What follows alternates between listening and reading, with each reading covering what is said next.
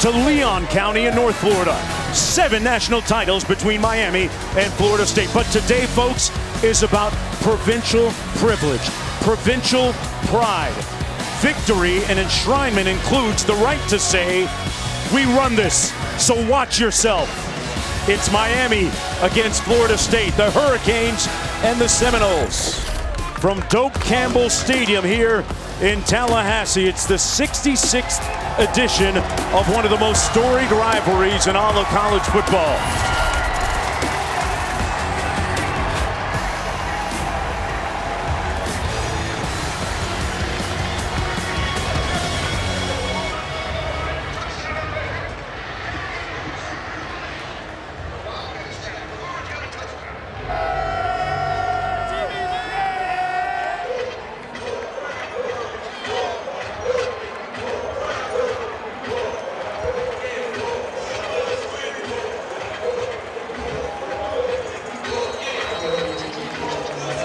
Emotions today, palpable and tangible, for yet another soon-to-be storied edition of this rivalry. The University of Miami has won 4 consecutive games against their rivals from Tallahassee.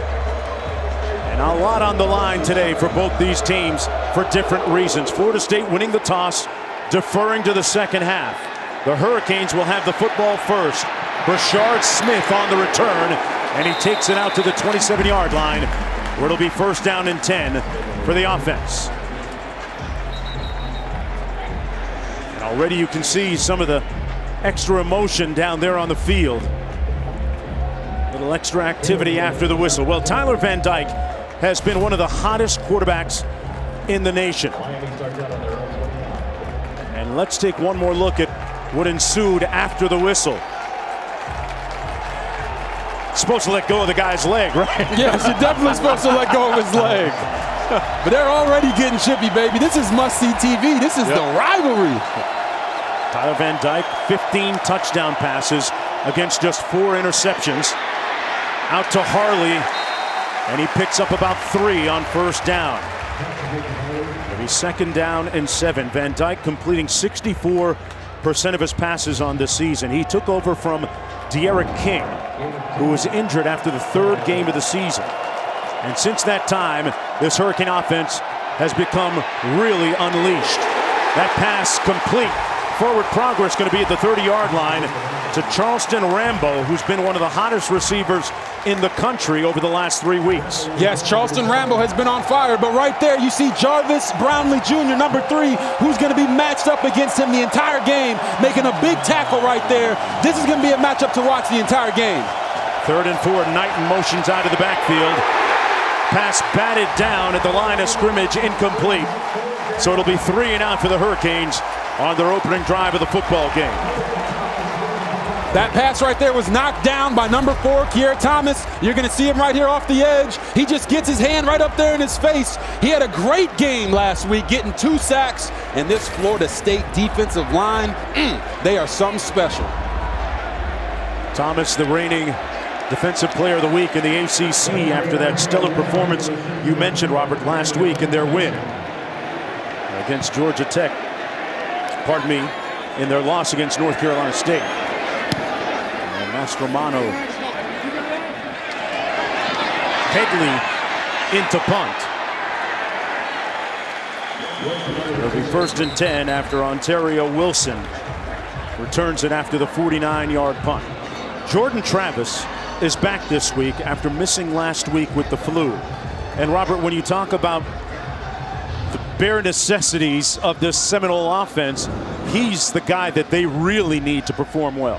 Yes, you could say it all starts and ends with the offensive line for every single team. But when Jordan Travis is in the game, he gives Florida State an opportunity to not only be competitive, but to win. And it's all about his legs.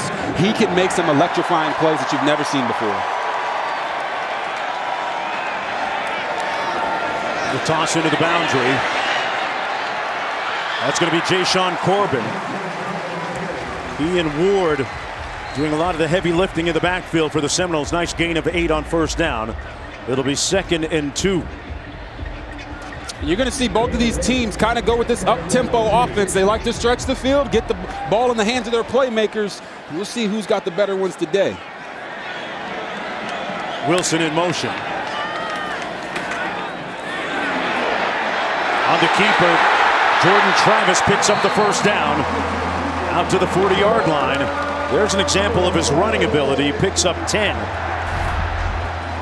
Yeah, what they're doing is with the eye candy, they got Pookie out there running, and they just do a quarterback counter run. Jordan Travis, I told you, he's got legs. This guy can make some plays quick, fast. He can hit the home run. They're trying to get him the ball in open field as much as they possibly can. 1st and 10.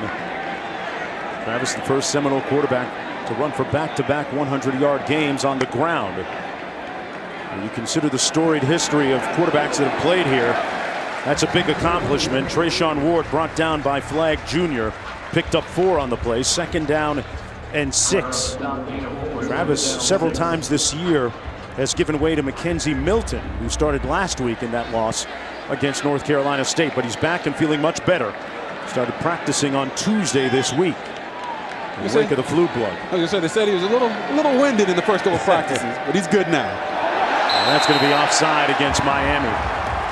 Corey Flagg a little overzealous, which earns a flag. Offside. Defense, number 11, made contact. 5-yard penalty. I was gonna say, Mark, that was a little flag-on-flag crime there, right? Yes, it was. Not something that Manny Diaz wants to see much of today. Manny Diaz, a graduate of Florida State University, head coach of the Hurricanes, on the toss. This is Ward.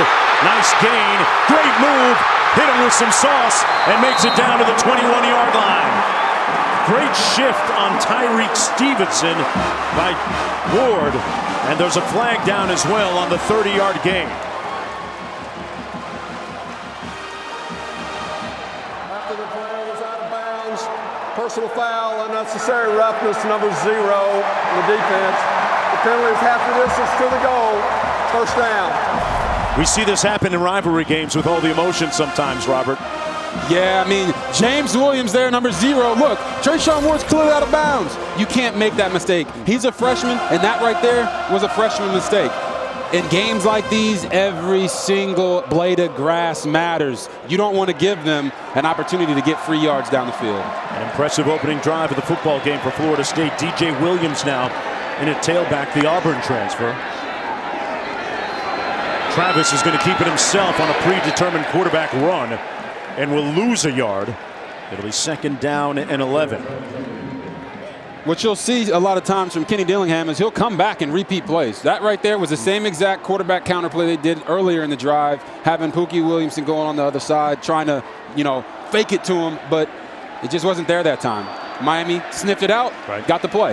Manny Diaz has been very involved in some of the defensive play calling of late. Former defensive coordinator at several stops previous to Miami. And we got another flag. Offside. Defense, number 4. Keontre Smith that time. 2nd down. That's a 2nd one on this drive. And that was actually Pokey Wilson that they did the eye candy motion with on the other side, just to correct that real quick. Hey, they're throwing flags. We're making mistakes. It is what it is, man. Listen, we're all human. 2nd and 5. Just outside the 6-yard line, Travis looking to throw, reverses field, nowhere to go, and wisely throws it away. There's a late flag down by the 20-yard line. Smith was there in pursuit, and he might have gotten him by his collar. I think it was a horse collar. Perplexed Manny Diaz watching from the sidelines. There's no foul for intentional grounding. The quarterback was outside the tackle box.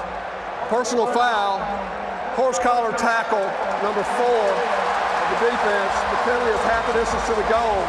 1st down.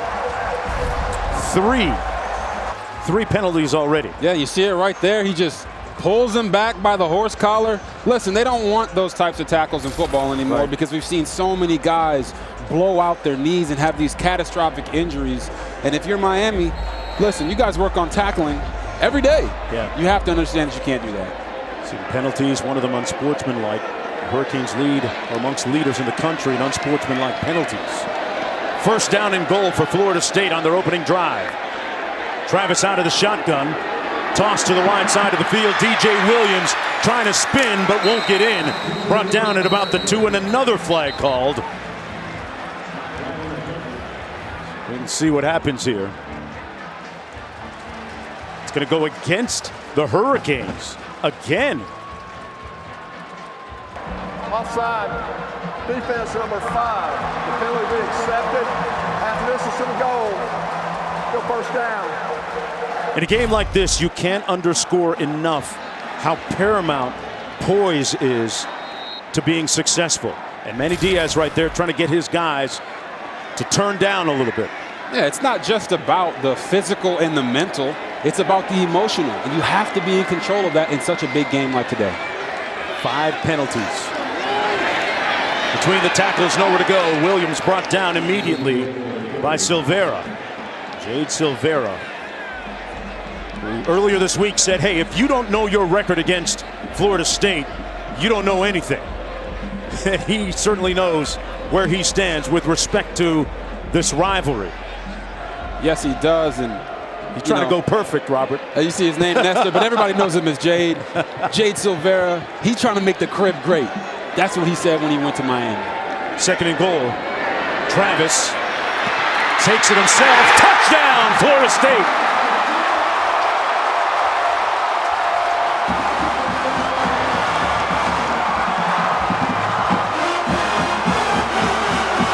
Travis back in full effect for the Seminoles, showing no ill effects of that flu bug last week. That's his 5th rushing touchdown of the season, the 15th of his career. So Florida State strikes first here. Mastromano in for the extra point.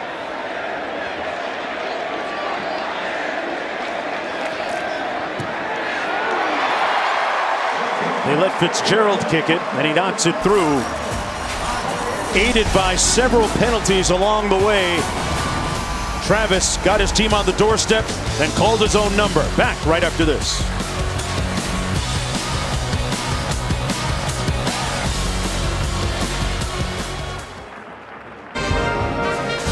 There are 3 official memorials dedicated to veterans here in Tallahassee. The World War II Memorial, the Korean War Memorial, and the Vietnam War Memorial. And of the latter, salute to my late cousin Carl Jones, who served in Vietnam and served this country. And all the veterans out there that have selflessly served. And he calls for the fair catch. Robert, your parents both military members, right? Yes, and it's you know, Veterans Day was a couple of days ago, Right. but it's Veterans Week, and there's an appreciation for our soldiers that I don't think gets put out there enough. And Amen. so I want to say thank you to my parents for serving this country, sacrificing. Thank you to all those who have. And I know that every veteran out there yearns for their country to love them as much as they love it, and we'll keep fighting that battle.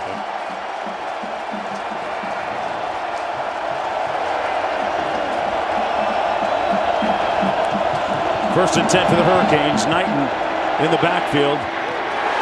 Incomplete. Intended for the tight end, Will Mallory. It'll be 2nd down and 10. Hurricanes went 3 and out on their first possession of the football game. Tyler Van Dyke is the first quarterback at UM to pass for more than 325 yards in 3 consecutive games since none other than Bernie Kosar. Taking a shot on the post, underthrown, and intercepted by Dent. And now it's going to be Cooper, actually, that came up with the pick. A big miscue by Tyler Van Dyke. Tyler Van Dyke has been playing with a lot of confidence the past couple weeks, but right here, it's the pressure in his face by Cooper that doesn't allow him to step into the throw. And Akeem Dent right there, Johnny on the spot. That's not Akeem Dent, that's our guy, Omarion Cooper. Omarion Cooper, Johnny on the spot, tracks the ball. Look, corners aren't supposed to make that play. Really? That's why they play corner. But listen, he's out there tracking the ball, great ball skills. Big play for the Seminoles. 6th consecutive game with an interception for the Seminoles. They run the sweep. This is Douglas. And Douglas picks up about 6 on the play. Leonard Taylor, the impressive freshman, making the tackle, and another flag down. Holding, offense number 87, 10-yard penalty, still first down. Well, tonight at 7:30 Eastern Time on ABC, Notre Dame has a tough test against Virginia in Charlottesville on Saturday Night Football, presented by Capital One.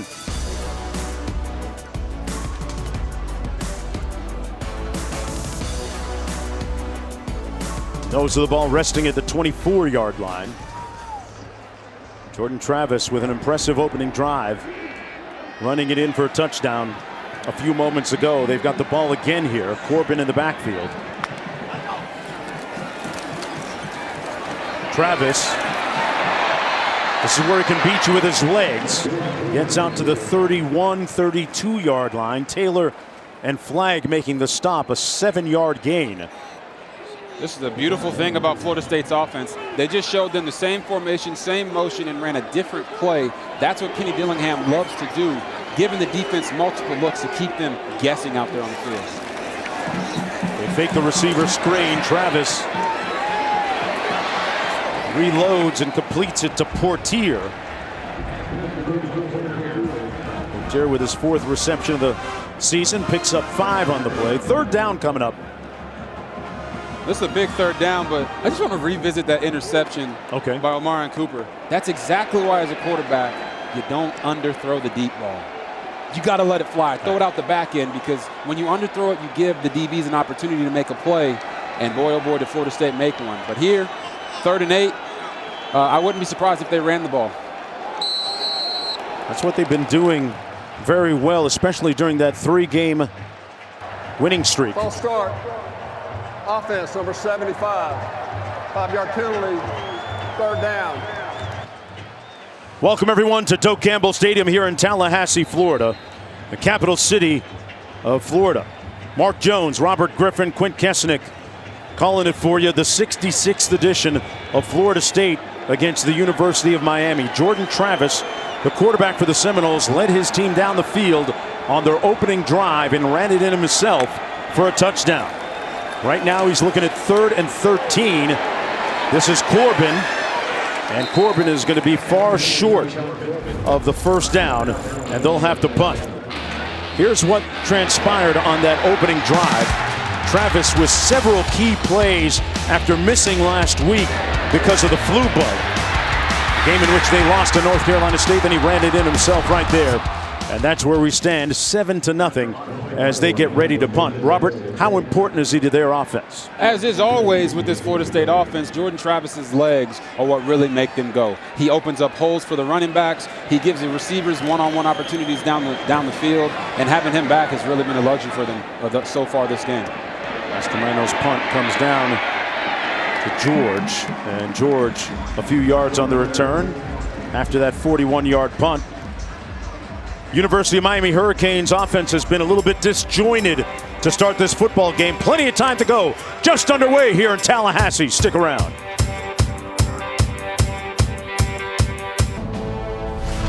ESPN College Football is delivered by Papa John's. It's Bacon Mania at Papa John's with the new Triple Bacon Pizza. Order today. And in part by USAA. This Veterans Day, we invite you to honor all who serve with a simple act to show your thanks. See how at usaa.com/Veterans Day. Noles and Canes all around the world protecting our interests and our freedoms. This is ESPN College Football delivered by Papa John's as part of Veterans Week on ESPN, brought to you by USAA.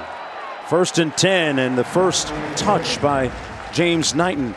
Robert, we both have family members who have served, and what about mom and dad? Oh. I love being on tour with you. I get to meet mom and dad at several stops so far. Yes, mom and dad both served, and I just want to say thank you. Thank you to my mom and dad and all those veterans who have served in our military. I know all the veterans out there just yearn for their country to love them as much as they love it, and we'll keep fighting that battle every step of the way. Amen on that. Knighton again on the carry.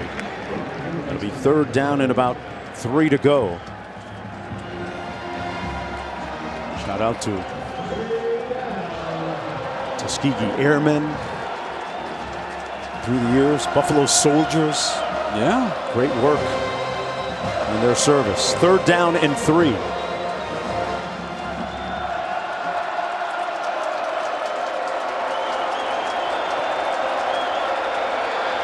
Quick slant complete out to the 43. Respetro. Strepo makes the catch, picks up 7, and moves the chains, their first down of the ball game, out to the 43. With just under 6 minutes to go in the first quarter. Strepo and Jalen Knighton, a couple of former high school buddies and teammates. This is Knighton, puts his hat down and crosses midfield into Seminoles territory. Let's go downstairs to Quinn. Miami's season flipped. It changed on a switch with the insertion of Tyler Van Dyke as their starting quarterback. Freshman from New England, blue collar, tough. He's humble, he's confident, team first guy. He spoke from the heart prior to that NC State game. The Wolfpack took it as bulletin board material. This team and Manny Diaz has backed him since those words, and he's torn it up the last 3 weeks. Van Dimes, the freshman. Love that nickname, Q. Yeah, before the North Carolina game, as you look at the numbers, he said, you know what? They've got good players, but we hung 44 on them last week. He's confident, Robert. Oh, yeah, Tyler Van Dyke. Look at those numbers, man. This guy has been in fuego the last 3 weeks, playing with swagger. He's speaking with bravado, and he's injecting a Miami-like confidence in this entire team. Man, it's been fun to watch him, but thus far in the game, Florida State has kept them under wraps.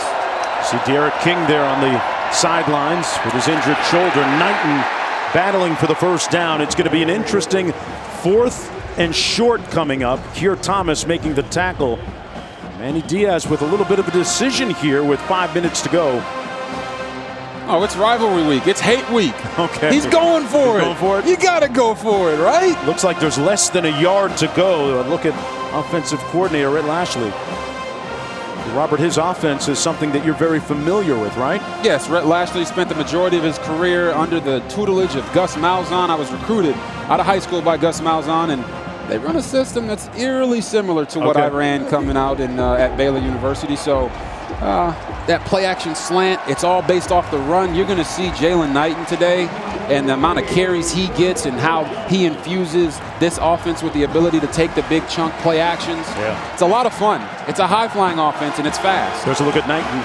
Got most of the carries and running back duty after Cameron Harris was injured for the rest of the season. 4th down and a little less than 1 to go. Miami on the season is 50%, 7 of 14 on 4th down. The offense will remain on the field here, and they're going to go for it. The first early defining moment of this rivalry game.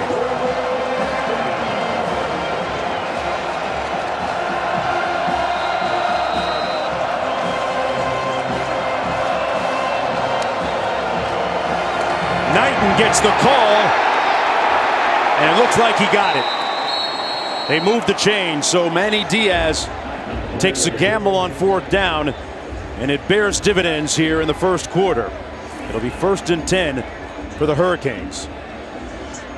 Diaz team 5-4 overall in this game, 3-2 in conference play. Nothing would be better for Miami than to become bowl eligible today with a 6th win, and in the process ending the Seminoles' opportunities of becoming bowl eligible. Oh yeah, there's a lot on the line today. A lot on the line, and both of these coaches would just love it. Would just love it to send this other team packing with just sadness, right? And a lot more Mike Norvell has done a wonderful job this year with his team after a slow start, which included a loss to Jacksonville State here, an FCS squad at home. They lost the first 4, bounced back with a 3-game winning streak, and then now on a 2-game losing streak. One of those, though, without their starting quarterback, Jordan Travis. Knighton put his foot in the ground and picked up about 2 on the play. Let's take a look at RG3's keys. Yes, the keys to the game. You got to block the Monstars. Miami's offensive line has to be able to hold up against this talented Florida State front. You got to contain Jordan Deshaun. Jordan Travis is back, and if you're Miami, just find Jay-Sean, Trayshawn, or Keyshawn. That's where the ball will be. And then you got to beware of Cerberus. FSU has to find a way to stop Miami's 3-headed offensive monster of Jalen Knighton, TBD, and Charleston Rambo. Van Dyke over the middle. There's that slant you talked about. Waiting for a call. It might be caught by the Seminoles. Picked off. It was intended for Harley, but Jamie Robinson got there before. He ripped it out of Harley's arms. That's his 3rd interception of the season. And the Seminoles with another defining defensive play here early. Right here, it's a bang-bang play, and Jamie Robinson says, "Give me them cookies, baby. It's our ball."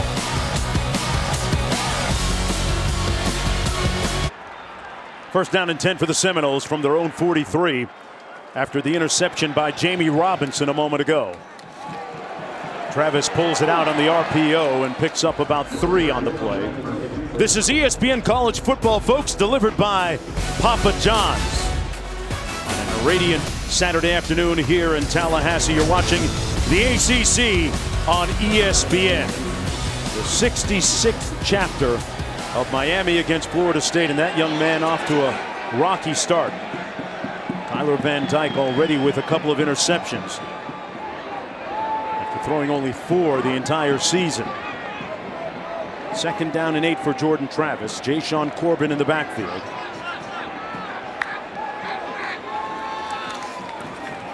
Corbin takes the handoff straight ahead between the tackles down to the 48.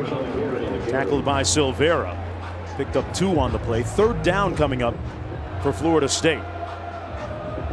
We talked about it a moment ago, Robert. When these guys, the Seminoles, got on their 3-game roll, their winning streak, Coach Norvell's squad was running the ball extremely well. Corbin and Ward did a lot of the heavy lifting. Oh, they were running better than any team in the country. And now they got Jordan Travis back, and they can kind of maybe fall right back into that. And so far today, we've seen them have a lot of success. McDonald in motion. Man, we got more movement by the Hurricanes defense. James Williams. Offside, defense number 0. Unabated to the quarterback. 5-yard penalty is still 3rd down.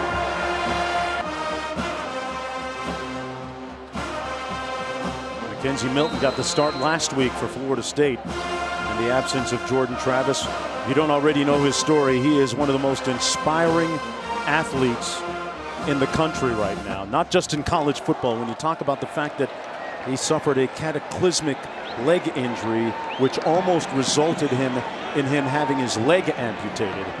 And to be back on the football field with the ability to play is really a miracle. Travis facing a blitz, and they got him with the pressure. Corey Flagg sacked him way back. Manny Diaz likes that fire zone, that field blitz, doesn't he? Yes, he does. And I was going to say, nice play there by Corey Flagg. You'll see him right here coming off the outside and just gets inside the and look, this Miami defense loves to bring pressure, right? They don't have a true pass rush specialist this year, so they dial it up with blitzes here and there. And right now, it looked like there that Florida State had no answer for it. Corey Flagg comes in clean. They make up for all the penalties and get Florida State to punt. 24th sack of the season for the Hurricanes. Mastromano with the punt. Kobe George watches it bounce out of bounds right around the 20-yard line. Hurricanes had that big matchup to start the year against Alabama and really never played well. Yeah, never got it going. I was going to say, it seemed like that hangover from the Alabama loss really stayed with them. But then you know, after losing their starting quarterback, 2 starting running backs, 3 offensive linemen, Tyler Van Dyke comes in, and they've been on fire. Throwing the ball, running the ball, putting up points. But it's little mistakes that we've seen today. The penalties, right. You know, there's just the unfortunate turnovers. Last week it was fumbles, this week it's interceptions. They have to clean those things up if they really want to be the Miami team that they think they can be. Van Dyke pulls it out and incomplete at the 30-yard line. Broken up by Gaynor. You know, one thing that helped the improvement of this Miami offense over the last 3 games, besides quarterback Van Dyke, was the improvement, Robert, of the offensive line. Maybe the most improved group since the start of the year, after offensive line coach Garen Justice really put the group on blast after the first couple of games. Yeah, if you think about Miami, it's always been about the skill guys, right? The sexy players. But in the trenches, they've always been dominant. If they want to be the Miami of old, they have to get back to that, and I think that's what the coach is preaching to his guys. More motion. False start. Offense, number 62. 5-yard penalty, still 2nd down. Off the top of my head, I think that's, what, 7 penalties now against Miami? Man, Jared Williams just adding to the count, man. Yep. That's not what you want to do. Going to back them up a little bit more. 7 for 35. Most of those coming on that opening drive on defense, helping out the Seminoles offensively.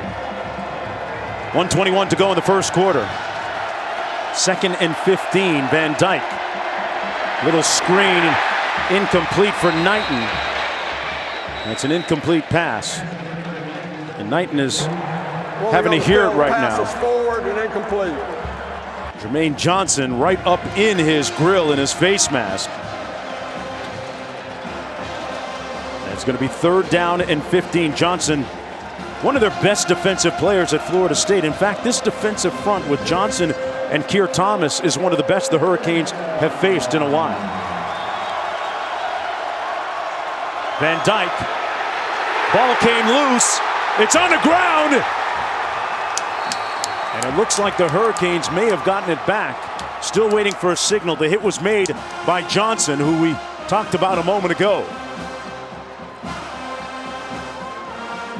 You don't want to know what's going on at the bottom of that pile. I won't ask.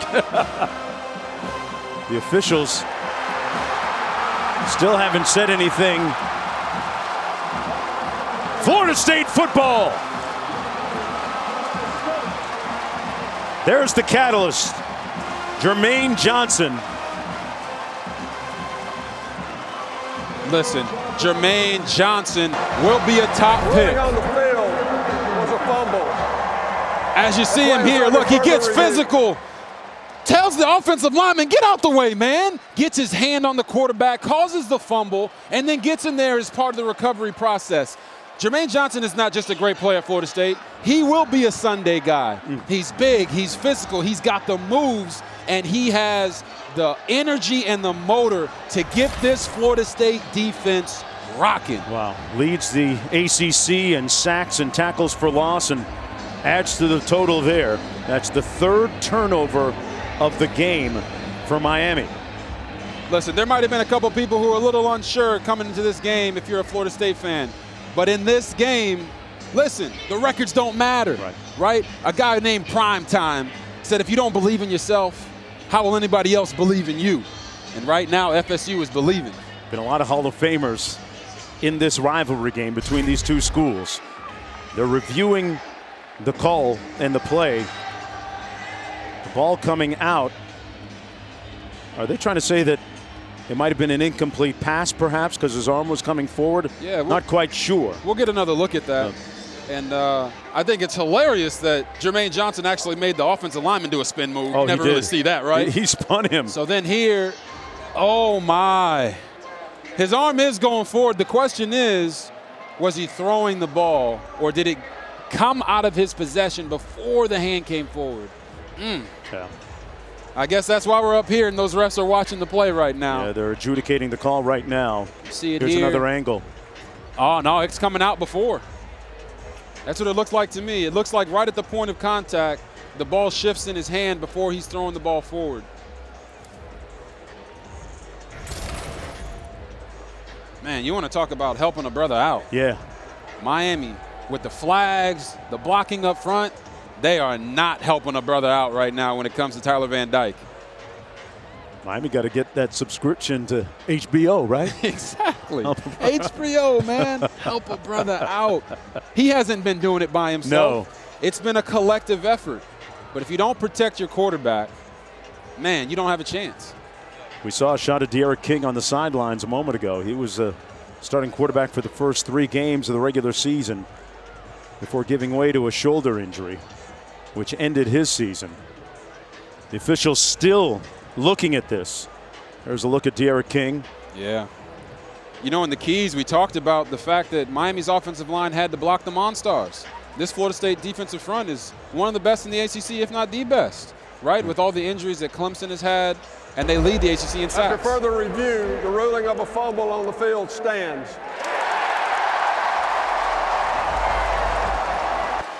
Johnson with a big play on a big day for him. Jermaine Johnson, a senior, part of senior day activities and festivities here. Jermaine Johnson, the transfer from Georgia. Mackenzie Milton as well. Talked about his comeback, his inspiration. 1st and 10 for Jordan Travis from the 12.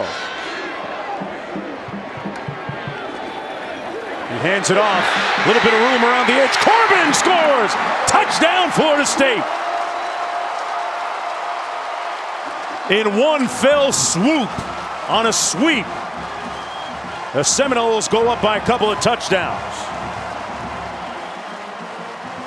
We told you earlier, find the Shawns. Miami's got to contain them. And Jayshon Corbin got around the edge. They capitalized off the turnover really quick. Man, if you're a Florida State fan, you got to be jumping for joy right now. For Corbin, that's his 7th rushing touchdown of the season. 14th of his career. Guy that's been a real leader on that offensive side of the football for the Seminoles all year long. What was the key on this last run by Corbin, Robert? Yeah, the key is obviously getting the edge. This guy right here and this guy right here have to set the edge of the defense. They don't. Jayshon Corbin gets the ball, and guess what? Speed in space always wins the race. That's what these guys are trying to do. They're trying to get their athletes in space and let them go to work. And Jayshon Corbin made that look way too easy, baby. Scored on a nice touchdown run last week, albeit in that loss against North Carolina State. But that guy right there catalyzed that one-play drive and score with the strip, the sack, and maybe even the recovery. 14-0 quickly here in Tallahassee for the Seminoles over the Hurricanes. Man, when you talk about Jermaine Johnson, right? I just know NFL GMs and all the scouts that are in attendance today are licking their chops, because this guy, 6'5", 262 pounds, fast, physical, plays with great effort. I mean, Coach was just telling us how he was running the quarterback down on Friday, 25 yards down the field. Yeah. Those are the kind of guys that you want on your team. And Miami will take it 1st and 10 from their own 25 as we go back to the studio for the first time. Guys?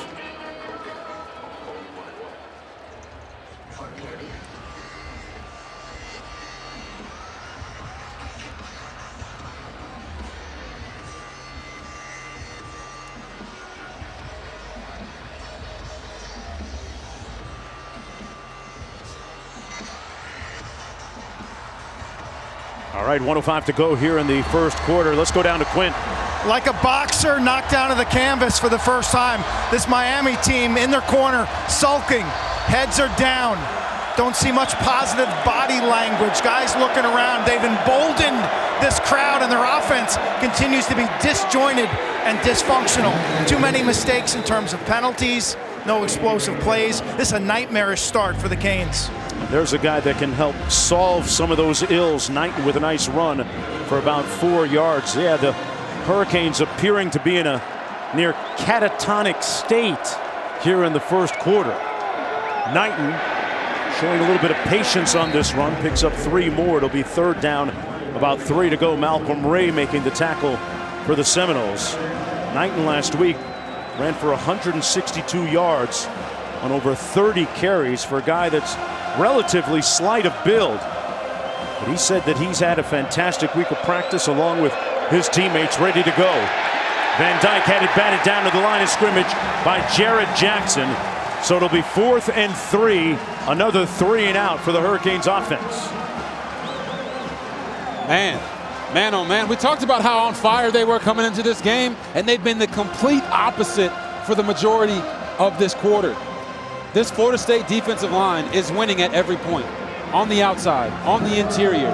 They're winning at the point of attack, pushing the pocket back, and that's why Tyler Van Dyke seems uncomfortable. 2 interceptions, a fumble. Man, this Florida State defense is really playing to their potential. Wilson back for this punt. There was contact made apparently before, and now a flag thrown.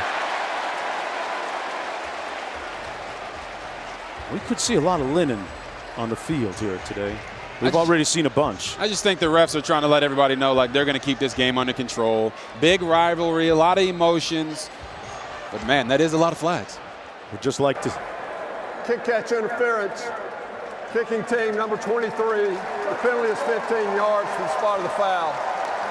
First down. That part is fine as long as we don't see any of those erroneous, unsportsmanlike conduct calls. Oh boy, don't get you started on that one. I know how you feel about those unsportsmanlike taunting calls. 1st and 10 from the 41 for Florida State. Wait, folks, tomorrow on Sunday NFL Countdown at 10 a.m. Eastern on ESPN, all access look inside Russell Wilson's remarkable recovery before he returns against the Packers. Plus, Randy Moss ranks the best catches from the week's college football action in You Got Mossed. 7 seconds to go in the opening quarter. Nice fake by Travis. And he's going to pick up a first down, still on his feet. Travis down to the 40-yard line. A great exclamation point on the end of the first 15 minutes for the Seminoles. Timeout. Player injury. 19-yard gain, and that's going to be the end of the first 15 minutes. Manny Diaz's squad a little bit off balance right now. And we have a player injured at the 45-yard line for Miami. Don't like to see that. Yeah, that's Jonathan Ford.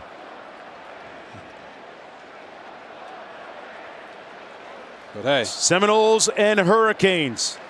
When you look at the U on that shirt right now, you got to ask, what's wrong with you?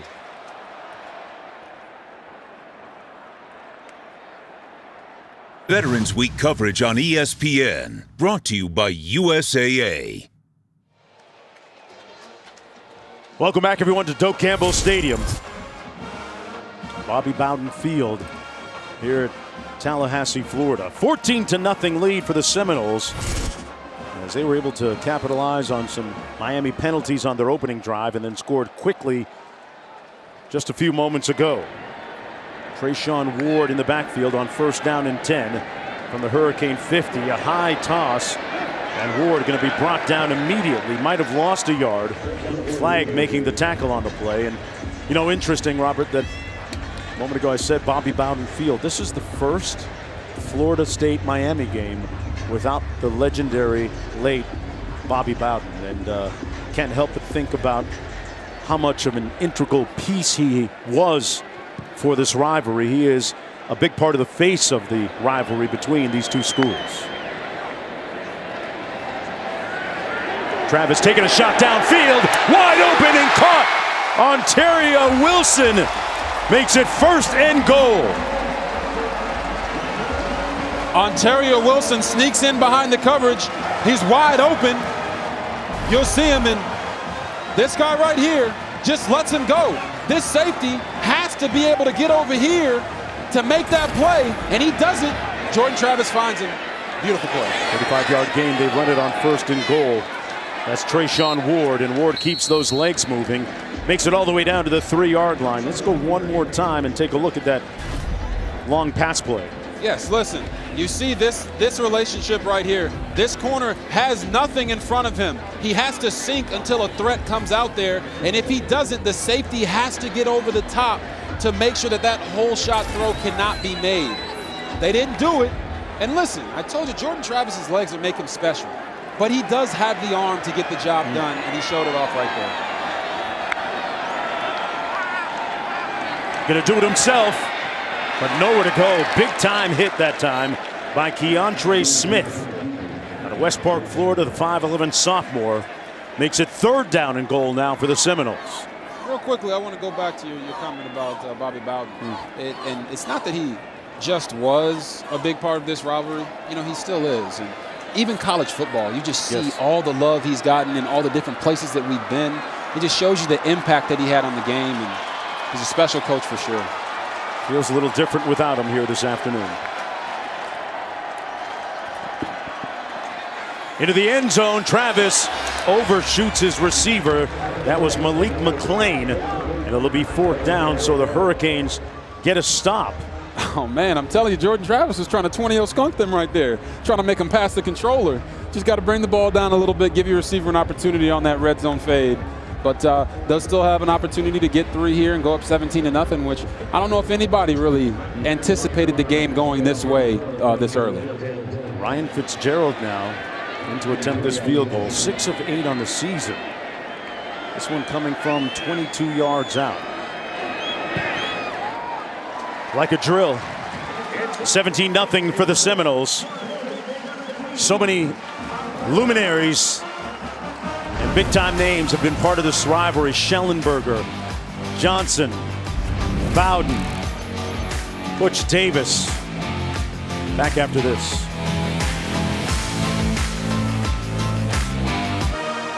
Welcome back, everyone, to Tallahassee. Well, the university that invented swag, right now not playing with much of it, trailing 17-0 to Florida State.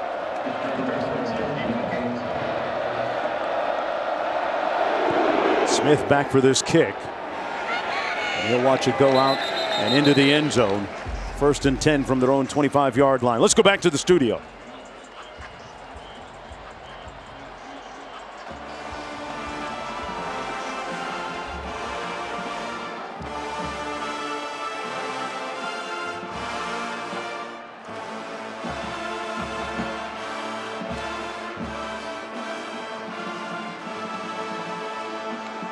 First and 10 for the 25.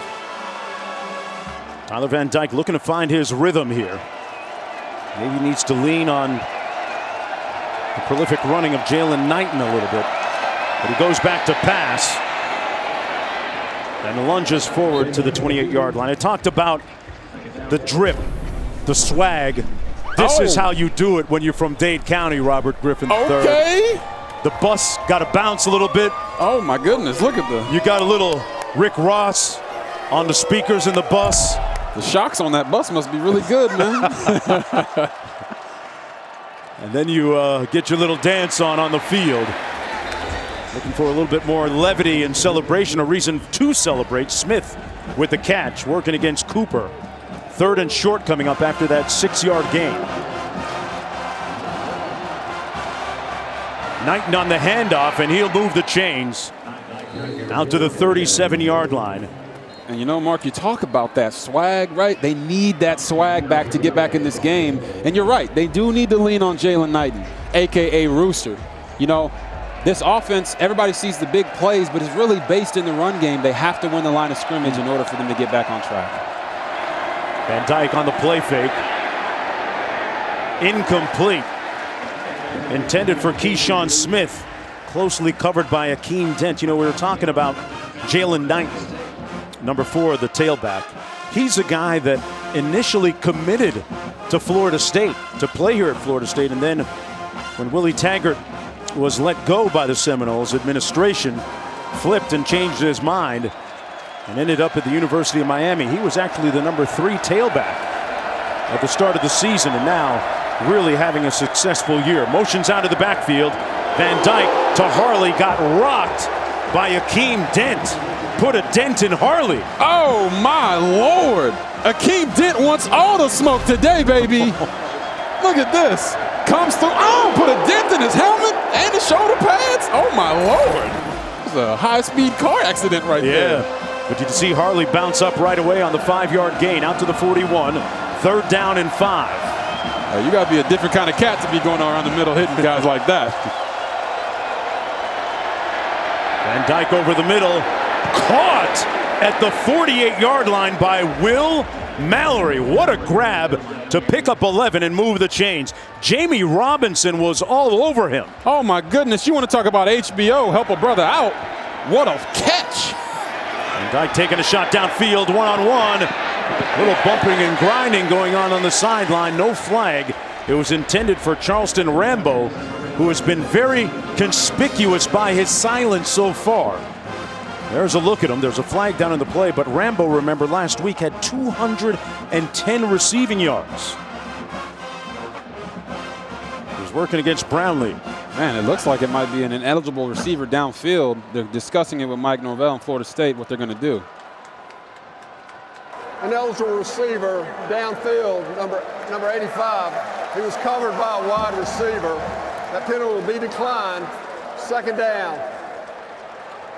But Jones, you want to talk about Charleston Rambo? And I said earlier in the broadcast, Jarvis Brownlee Jr., number 3, would be matched up with him all game.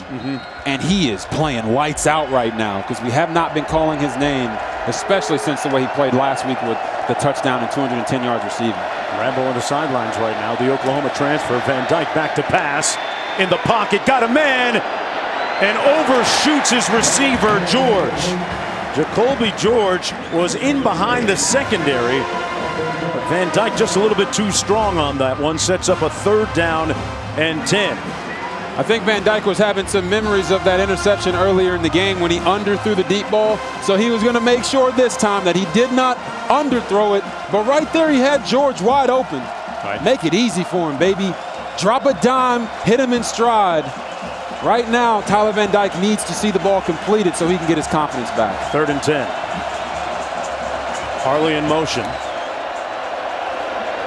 Van Dyke gets rid of it quickly and incomplete for Harley. It'll be 4th down coming up for the Hurricanes. And the offense off the field again. And you're seeing all these throws by Van Dyke, and it's almost like in basketball when you can't make anything. You can't make a jumper. Right. You can't make a 3. You got to get to the free throw line. Knock it down, see it go in, and then everything else will start to get into motion for you. He's missing deep throws. He's missing out routes. He has to calm down. He is the bringer of swagger for this team right now, and he doesn't have any, so his team doesn't either. Already 6 of 18 with 10.5 to go here in the 2nd quarter. Wilson back for this punt on the return. They'll watch it bounce out of bounds. Oh, wow. The Hurricanes got a great spot here. Down right around the 1-yard line. Headley with a fantastic 46-yard punt. Oh, just missed it. They're just that far off right now.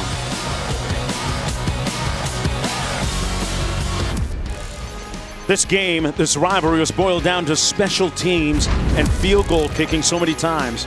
Wide left, 3 wide rights, and then a 4th wide right in 2004. Will that be the case today?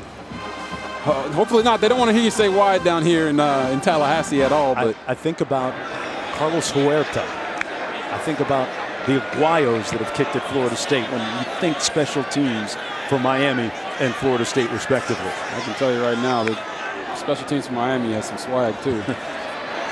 Travis out of the end zone completes it to the 6-yard line. That's Douglas.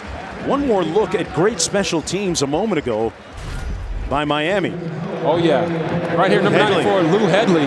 Listen, if they had to create a punter in a factory to play at Miami, it would look like Lou Headley. Okay. He's Australian. He has 2 full arm sleeves, and he heard, "Hey, you want to come down to Miami and punt?" And he said, "Sign me up, mate." Did not take an official visit, I bet. He sight unseen. 46-yard punt. The Florida State inside their own 2-yard line. It's 2nd down and 5 for Jordan Travis.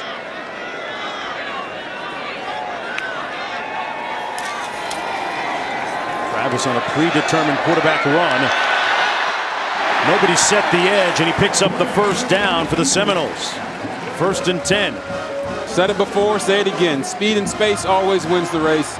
If you're facing Jordan Travis, you got to contain him in the pocket. The teams that have played well against Florida State. The teams that don't have been down like this, like Miami. Saw James Williams limp off to the sideline, the starting safety for the Hurricanes. Look at the numbers so far on Jordan Travis. This in wake of missing last week because of the flu. Corbin in the backfield takes the handoff. Boy, a yawning hole between the tackles, and they gash the Hurricanes quick. First down. When you're defending Jordan Travis, you got to basically stop 2 plays. That is the play that's designed in the whiteboard, and then the impromptu plays, the plays that break down where he just goes into that gray area and makes something happen. Manny Diaz struggling with Travis as an improviser. And they're struggling with Corbin on this run. He picks up another first down, got about 13 on the play. Coaches say that Travis can be elite. He has elite traits, right? Yep. His elite trait is his ability to run the football. He can run, he can cut, he's agile. And listen, he can throw well enough to keep defenses honest. And right now he's executing at a really high level and creating other things for the Corbins and the Treshaun Wards of the world right now.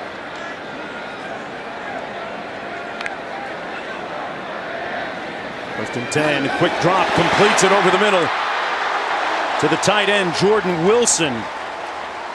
They move the chains again with 8 minutes to go here in the first half. An authoritative toss there by Travis. Yes, and what you don't see on the replay here is the fact that they ran the same play, same look to show the defense, and then changed it up by throwing the RPO.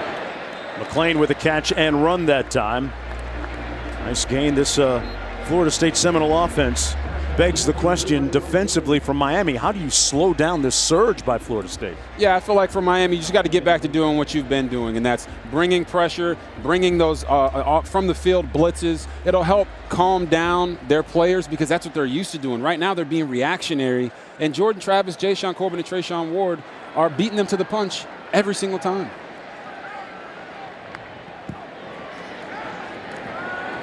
Second and 8, nowhere to go that time. Good play by those guys up front. Treshaun Ward stopped up for a loss of a couple on the play. Lost 3. Well, our Week 10 Monday Night Football matchup is an NFC West rivalry game. Rams 49ers, 8 Eastern, 5 Pacific on ESPN Deportes, the app. ESPN2 will have Monday Night Football with Peyton and Eli. Under 7 minutes to go here. It's interesting. We talk about what does Miami need to do, and right there on that last play, they brought pressure, got a tackle for loss. It's just it's in their nature, and it's what they've been doing all year and been successful at. Travis, little counter here. This is Corbin, and Corbin with a nice run. Let me tell you something about Jashaun Corbin and how he pays particular attention to detail. After their disheartening loss to Jacksonville State here at home, while he was waiting to fulfill his media responsibilities patiently, you know what he was doing? He was picking up garbage and trash around him in the locker room. I mean, that says a lot about the type of young man he is. I remember a player from Miami by the name of Ed Reed who got really upset when he was with the Baltimore Ravens because the locker room wasn't clean. It's the details that matter, people. From 52 yards out, that's going to be wide and short right by Fitzgerald. So Miami will get possession of the football. They haven't scored yet. Speaking of Ed Reed, I'll tell you what, when he's preaching it inside the locker room, it's like first Sunday, man. You better make altar call. Back with more after this.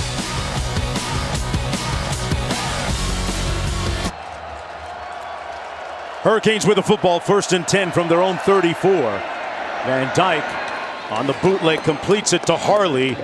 Picks up about 9 on the play.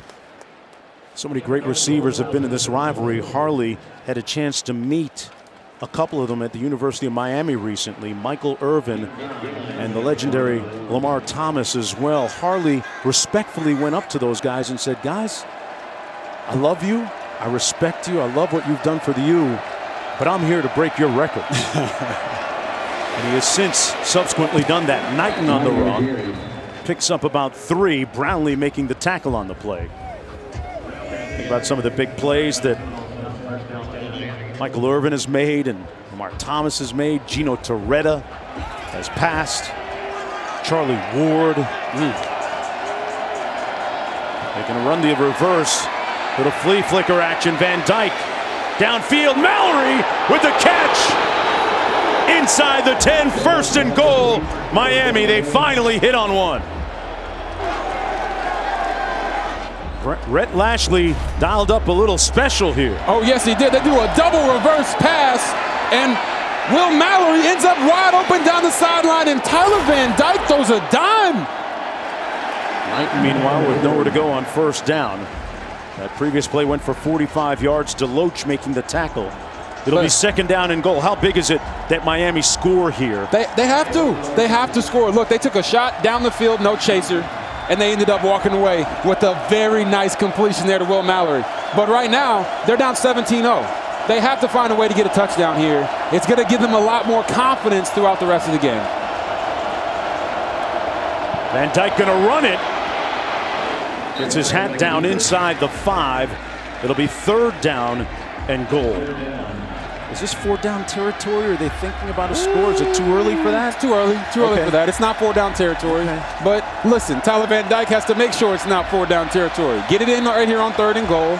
Otherwise, I would kick the field goal if I was calling the plays, because you need something to represent success for you on the day. Been such a choppy start for the Hurricanes offensively. Their big three at the receiver position are Charleston Rambo, Will Mallory, and Mike Harley. Those are their guys in these situations. Over the middle, touchdown, Miami, Smith. And guess what? They threw it to Keyshawn Smith. They said they got a Keyshawn of their own, and he just hauled in a touchdown catch on a beautiful throw from Tyler Van Dyke. Van Dyke threw a rope that melted in Smith's arms. And that's his third touchdown catch of the season and the third of his career. Keyshawn Smith, under-recruited out of San Diego, California, battled a little bit of homesickness initially as a freshman. But much more comfortable now and made a significant contribution on that play. If you're Miami, sometimes we laugh, sometimes we cry. And right now, they're laughing as they get on the board.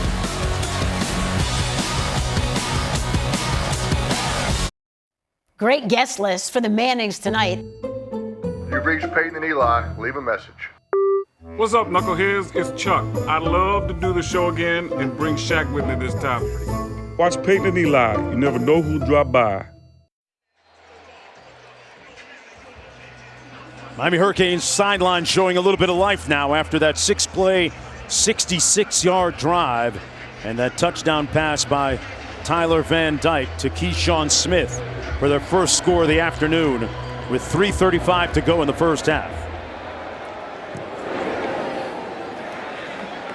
Miami trying to make it 5 wins in a row against Florida State as we go back to the studio.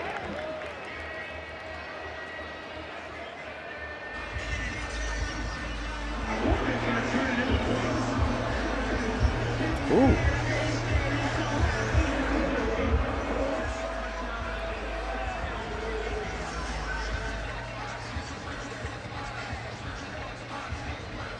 The Baylor Bears, Robert Griffin III. How about that? Listen. How about that? Hey, they're trying to find their way into the Big 12 championship game, maybe college football playoff as well. We'll see. 3:35 to go here. Seminoles first and 10 from their own 25. Between the tackles, nowhere to go for Jayshon Corbin. Let's go down to Quinn. Temperature rising on this Hurricane sideline. That last drive just huge from an emotional standpoint. Little bounce in their step, positive body language, affirmation that they can have success. I'm still looking for more signs of leadership though, Mark. This program defined by iconic players who are great leaders. The Ray Lewises of the world, the Ed Reeds of the world, the Michael Irvins of the world. Haven't seen that. Still an opportunity for it to emerge. Corbin with a spirited run down the sideline. Broke a tackle and made Steed miss. There's a flag down as well. If it stands, it's a 23-yard pickup. And another Seminole first down.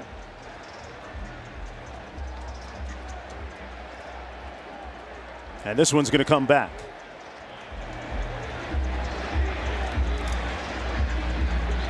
Well, now for today's Aflac trivia question. How many times did Florida State finish under 500 in 34 seasons under Bobby Bowden? And how many times since? Ooh, that's a two-pronged question. Under 500 in 34 seasons under Bobby. I'm going to say his first season only, and then after that, they never had one. Okay. You don't think they've had one since he's been done? How many since? I think probably, I guess, 3. Yeah. Feels like about 3. 2nd and 9. Travis gets it out quickly to Wilson. And Wilson is brought down about 3 yards shy of the first down. So it'll be 3rd and 3. Kinchins making the tackle on the play. Talking about some of the legends and some of the great running backs for the Seminoles through the years in this series. Monte Freeman, a Miami native, wasn't recruited by the Hurricanes until his senior year of high school. And I remember him saying, hey, you know what? They're gonna have to learn. They're gonna have to pay for that. They're gonna learn today. And I remember him having a lot of success against these Hurricanes teams. Freeman, of course, in the NFL. Travis out of the backfield, complete. Ward close to the 40. And they get another big play with 2:12 to go in the first half. A 25-yard pickup. And we have James Williams limping. Like we said, if you find Jay-Sean, Trayshawn, these guys are where the ball usually goes. And Trayshawn Ward, nice rail route there out of the backfield. Big time catch. Time for the answer to our Aflac trivia question. How many times did Florida State finish under 500 under Bobby Bowden? How many times since? Oh, I was right. There you go. Look at you. I was right. Florida native. Hey, 3 times too. And 3 times since. Oh, okay. Oh, you buying dinner tonight. You looked that up, didn't you? No, I didn't. This man had to look it up. Hey, even a dead clock is right twice a day, right? You got a Hurricane player. That's James Williams. A tall, rangy safety, Robert, at 6'5", 224. Yeah, they don't make guys that big, that fast, and that strong very often.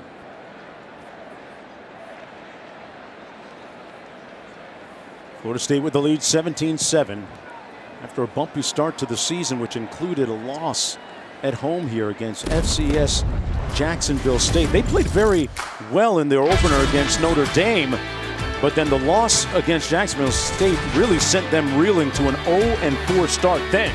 Yes, it did. And then they won their next 3 games, and they went into Death Valley and actually played Clemson really, really close until the very end of the game. And last week, they didn't have the guy that's been starring today, Jordan Travis.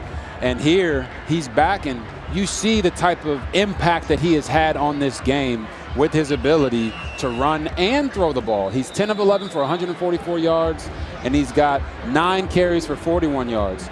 Listen, this guy's special.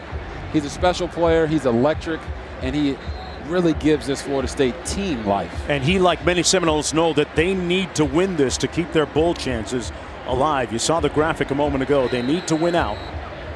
3 wins to get to 6. Jordan Travis, a West Palm Beach, Florida native.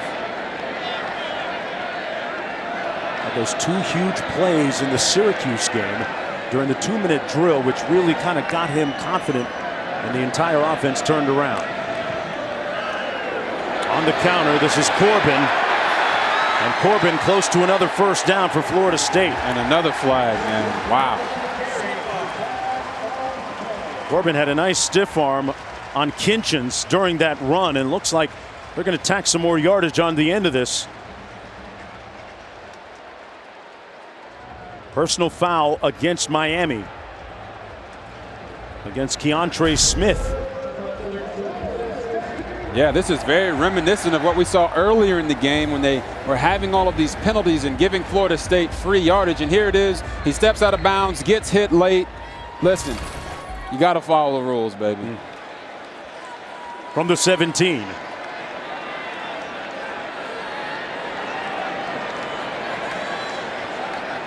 Jordan Travis has been near perfect passing the football this afternoon. He's going to keep it himself. Inside the 10, brought down at about the 8-yard line. Talked about some of the big plays he's made this year. The 3rd and 5 against North Carolina was another one. Went through his progression, converted, showing a lot of maturity and growth. just can't speak about just how impressive Ja'Shawn Corbin, Jordan Travis have been in this game. And, you know, Corbin's actually been banged up a little bit over the past couple of weeks, and they wanted to limit his carries, but he's playing so well right now. They sense the opportunity to really get up on this Miami team and have them have to dig out of a hole. So, man, these guys are playing at a high level right now. 2nd and 2. Quick toss to the wide side of the field, and man, Corbin blew a tire, lost his balance. It's going to set up 3rd down and short coming up with under a minute to go here in the first half.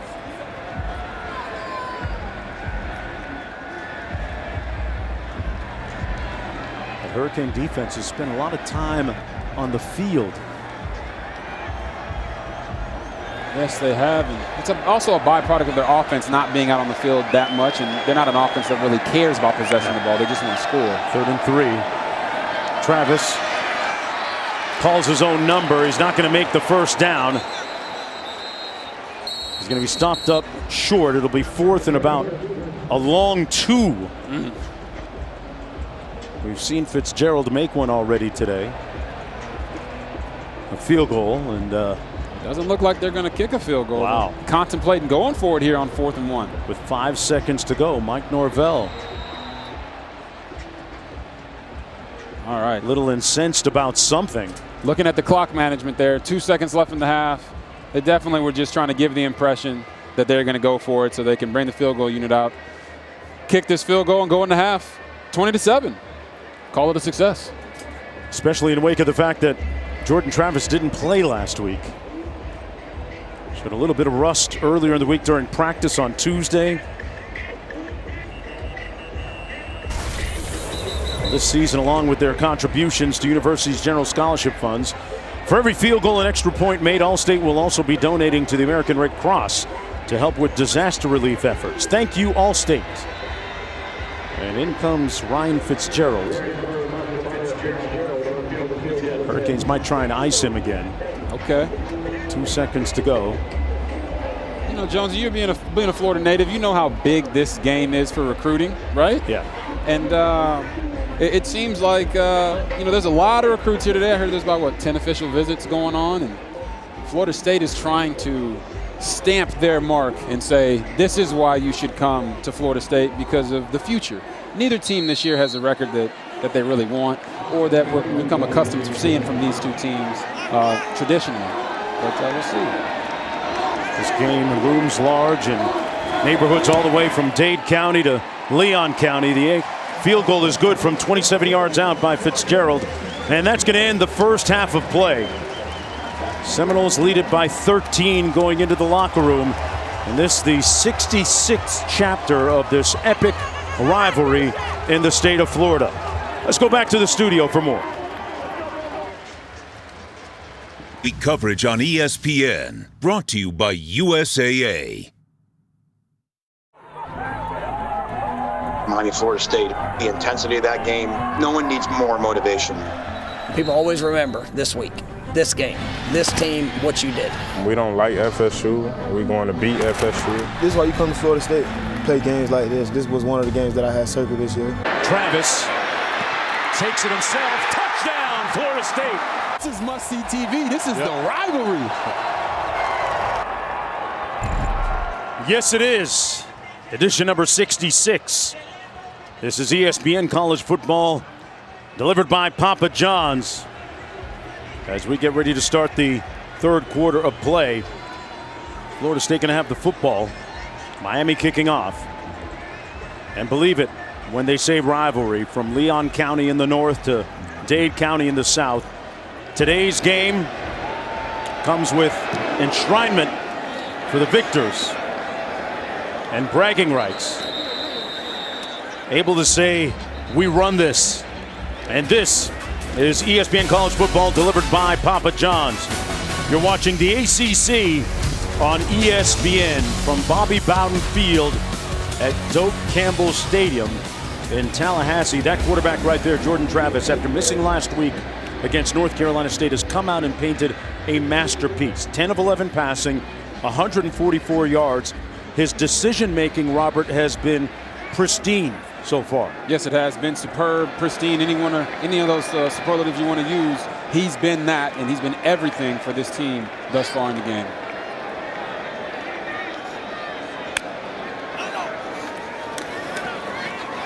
Takes the toss and keeps it himself. Picked up about 4. Let's take a look at our first half stats brought to you by PlayStation. Florida State with 115 rushing yards. That's how they've had a lot of their success during the last 5-game stretch, which included 3 consecutive wins. Yeah, and in that first half, they were able to shut down Cerberus, right? Yep. The 3-headed monster on offense from Miami. They have not played that well today. Cerberus. Okay. I knew that, by the way. Wilson made a nice move, made a couple of guys miss. And then a nice tackle after a 14-yard gain by Tyreek Stevenson. Cerberus. What, may you ask, is Cerberus? The multi-headed dog that guards the gates of the underworld to prevent the dead from leaving. I never thought that I would ever see Cerberus in RG's Keys. That's something. Folks, you need to watch. You're going to learn something today. Silvera a little shaken up. We'll come back after this. Home of the college football postseason. Welcome home. Calm down. Don't you love it when coaches yell, hey, you got to calm down? Manny Diaz actually looked at me and says, hey, we got to calm down. Yes, they do. Talk about missed tackles, turnovers, and penalties that plagued the Hurricanes in that first half.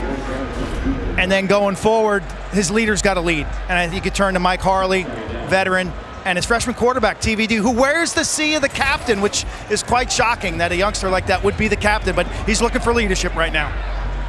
That motion that he made down on 8th Street in Miami, downtown, they usually say tranquilo. Cool. Tranquilo. Tranquilo. Take it easy. That's what they're trying to do right now. A gain of 2 on that run by Corbin. Sets up a 3rd down and long here coming up for Florida State. Mentioned the penalties early in the game that really helped out the Seminoles on that first drive. 20-7. Just underway here in the 3rd quarter. Jordan Travis has completed his last 8 passes in a row. 3rd and 10. They got to get to about the 49 to get the first down.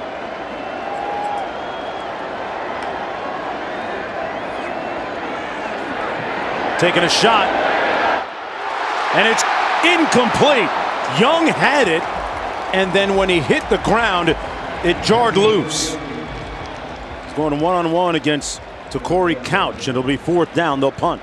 Oh, man, Takori Couch is just looking too comfortable out there. But Jordan Young had one-on-one. Safety went away, and he just couldn't hold on to it all the way through the catch down to the ground. Right here you see the ball doesn't quite hit the ground, but it bounces out of his hands, and Takori Couch just fighting through the end of the play is a nice job finishing the play there for the Miami Hurricanes.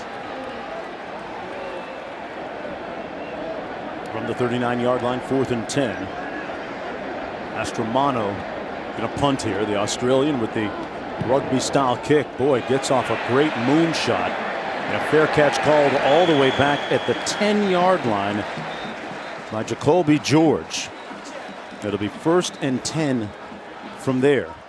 And this this Miami offense has been arrhythmic for most of the afternoon, except for that one scoring drive. Tyler Van Dyke, 9 of 21. Robert, are you surprised? Let's get this call first. Personal foul, face mask on the kicking team, number 5. During the kick, 15 yards will be added on from where the kick ended. First down. With the success that Miami had coming into this game, running the football with Jalen Knight, are you surprised that Van Dyke has thrown it 21 times? I am a little surprised at that, and it's really just about the momentum they had coming into this game. I'm not surprised that Florida State's defense has answered the call because it's rivalry week, right? It's hate week. They're going to play their best ball. But Miami's not doing that. They're not running the ball as much as they should. They're trying to throw it a little bit too much, and Van Dyke has been out of sync the entire game. So they got a little bit of a rhythm there at the end of the first half, went down, scored the touchdown. But they got to try to get that back and keep it rolling if they're going to not only get back into this game, but have a chance to walk away victorious.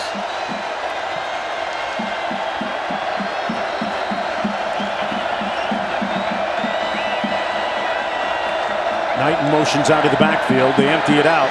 Van Dyke taking a shot. Got a man. Incomplete at the 40-yard line. Just missing Keyshawn Smith. Wow.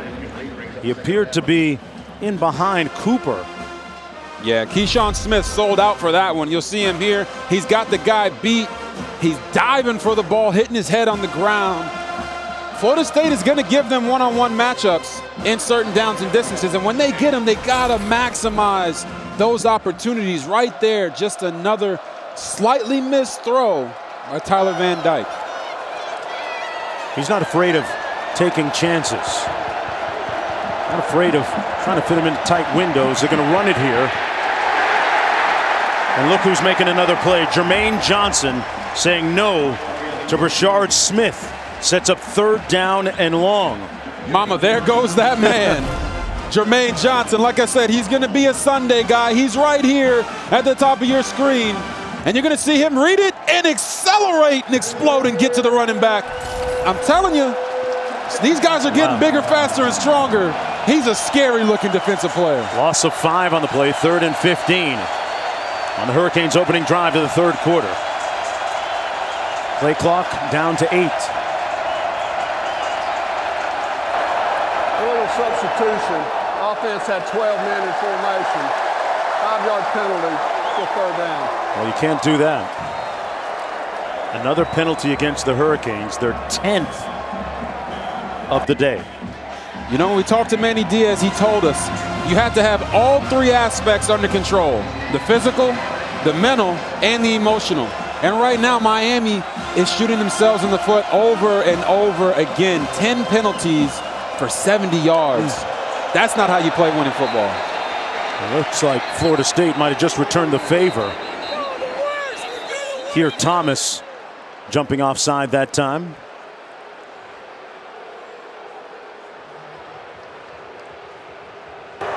Offside defense, number 55, unabated to the quarterback. 5-yard penalty, 3rd down. Well, they gave it right back. Yeah, they got the yards right back. And back to the 20-yard line. It's still not a favorable 3rd down, but it's better than 3rd and 20. Derek McClendon right there, number 55 for the Seminoles. Rambo split into the boundary. He's the hot receiver for the Hurricanes coming into the game. Number 11. They go with the trips left formation. Van Dyke going to try and take off, and brought down at the 16-yard line. The ubiquitous Jermaine Johnson. He is everywhere on the field this afternoon. Another tackle for loss, a department in which he leads the ACC in. In big-time games, your best players have to show up. And Jermaine Johnson has showed up time and time again. He's getting blocked, he gets off, and he makes the tackle on Tyler Van Dyke. And I'll tell you guys, when I look at the play, the concept that they ran, everybody was blanketed. This Florida State defense is playing out of their mind right now. There's the 2nd sack of the afternoon for the Seminoles. Here's the punt. Caught, fumbled in traffic, loose ball. And the Seminoles pouncing on the loose ball. It'll be 1st and 10 from about the 42-yard line. Timeout on the field. Johnson making his impact felt against the Hurricanes tonight.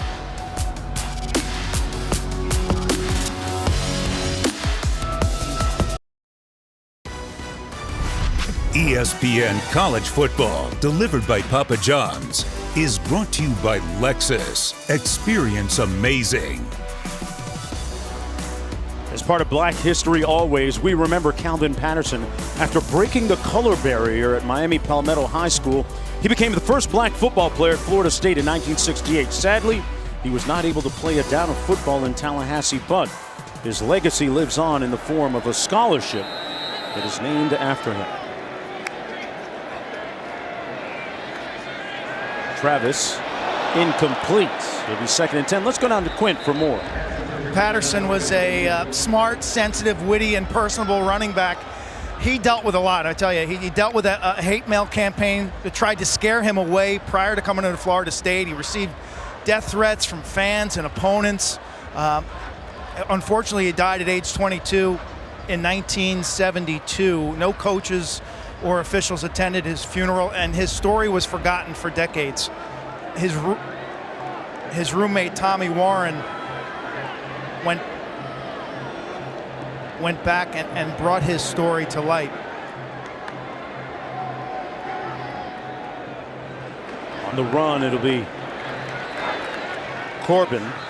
For 2 decades, it was forgotten. And in fact, J.T. Thomas, who played here in 1970, played for the Pittsburgh Steelers as part of that steel curtain defense. The defensive back was recognized as being the first player, but it was Patterson. Yeah, he didn't play in a game, but he set the path and really never saw the impact, got to see the impact of his courage. A barrier breaker and a man with true courage.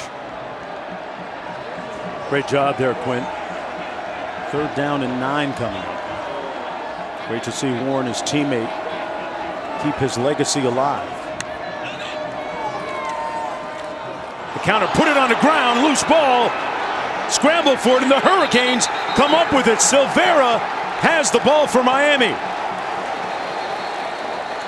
Running on the field was a fumble, recovered by the defense with his knee on the ground. 1st down. And for the first time today, the turnover chain about to make an appearance. Silvera with a big-time play on the spot. Oh, yeah, we had just a miscommunication there, right? And then the handoff between Jordan Travis and Jayshawn Corbin. And Jade Silvera said, listen, I stayed at the crib because I want to make the crib great. And he gets the fumble recovery. And could this be a sign that Uncle Mo is switching over to the Miami Hurricanes here in Tallahassee? I guess we'll have to see. Interesting point about Silvera. They can make a movie about this game. There's the chain. His dad is a movie producer, actually produced the movie Shatas, a popular Jamaican movie and documentary. This is Knighton getting back to the line of scrimmage. It's been tough sledding for him for most of the afternoon. 11 rushes, now 12 rushes for 31 yards. And I just want to go back to that story about Calvin Patterson, the first black player at Florida State, and just talk about how the things that he had to go through, the things you guys described, and just how tragically his life ended, shows you how hard it is to be a trailblazer. It's a unique battle, a tough one, not one for the faint of heart. And you also said that he never got a chance to see the impact that he had. But I'm a guy that is a reflection of the impact that he had, because without him, I wouldn't have been able to go to college and play with people who don't look like me from different cultures. So very thankful for that and thankful to him. Knighton's going to pick up the 1st down on 3rd down and 2. So the Hurricanes trying to move it down the field after that fumble recovery by Silvera. Under 9 minutes to go here in the 3rd quarter. It's the 2nd time that Miami has had the football here in the period. 1st down and 10. Van Dyke has time, wide open at the 20. That's Franklin. Ball comes out, but he might have been down first. They're going to rule that he was down. And they're going to have a, looks like a 1st and goal. On the field, the runner was down. 1st down. And Brownlee shaken up for Florida State. Talented freshman out of Miami Gardens. And that would be a big loss for Florida State, because he has been matched up against Charleston Rambo the entire game and has done a phenomenal job of that. Hopefully he's okay, and we'll see when we get back.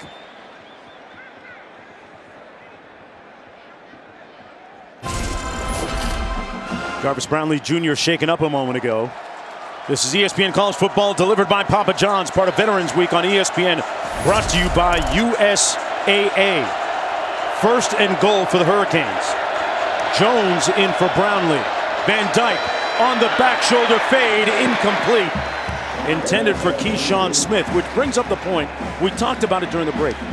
Charleston Rambo has been conspicuous by his silence today. What's the deal there? Yes, they're putting a safety over the top of him almost every single play. And because they've been able to stop the run without using the safeties, they haven't had to have those safeties feel. So they're playing quarters and they're doubling. But they have to find a way formationally to get him open because he is such a big-time player for this offense. He's got Jones in front of him right now, who just came in at DB. They're going to do the RPO thing into the end zone, incomplete. Mallory fell down. There was good pressure by Robert Cooper, and it's going to bring up 3rd down and goal. Outside the tackle box, incomplete pass. Cooper, Thomas, Lovett, and Johnson really making an imprint. That defensive front for the Seminoles, Robert, doing a nice job today. They've been one of the big stories of this afternoon. Yeah, they're the Monstars, and they're playing like it today. They've been unstoppable really the whole game. Let's see if they can come up big here on 3rd and goal. Van Dyke. Ball up, air, caught in the end zone. A Miami miracle by Harley. Touchdown, Canes. It was deflected off of the hands of Keyshawn Smith and into the arms of Mike Harley. An auspicious bounce in favor of the Hurricanes, and Harley has his 4th touchdown catch of the season. Right here, Tyler Van Dyke's trying to throw it. He gets it tipped, and then Mike Harley says, hold up, wait a minute. Y'all thought I was finished? Oh, my Lord.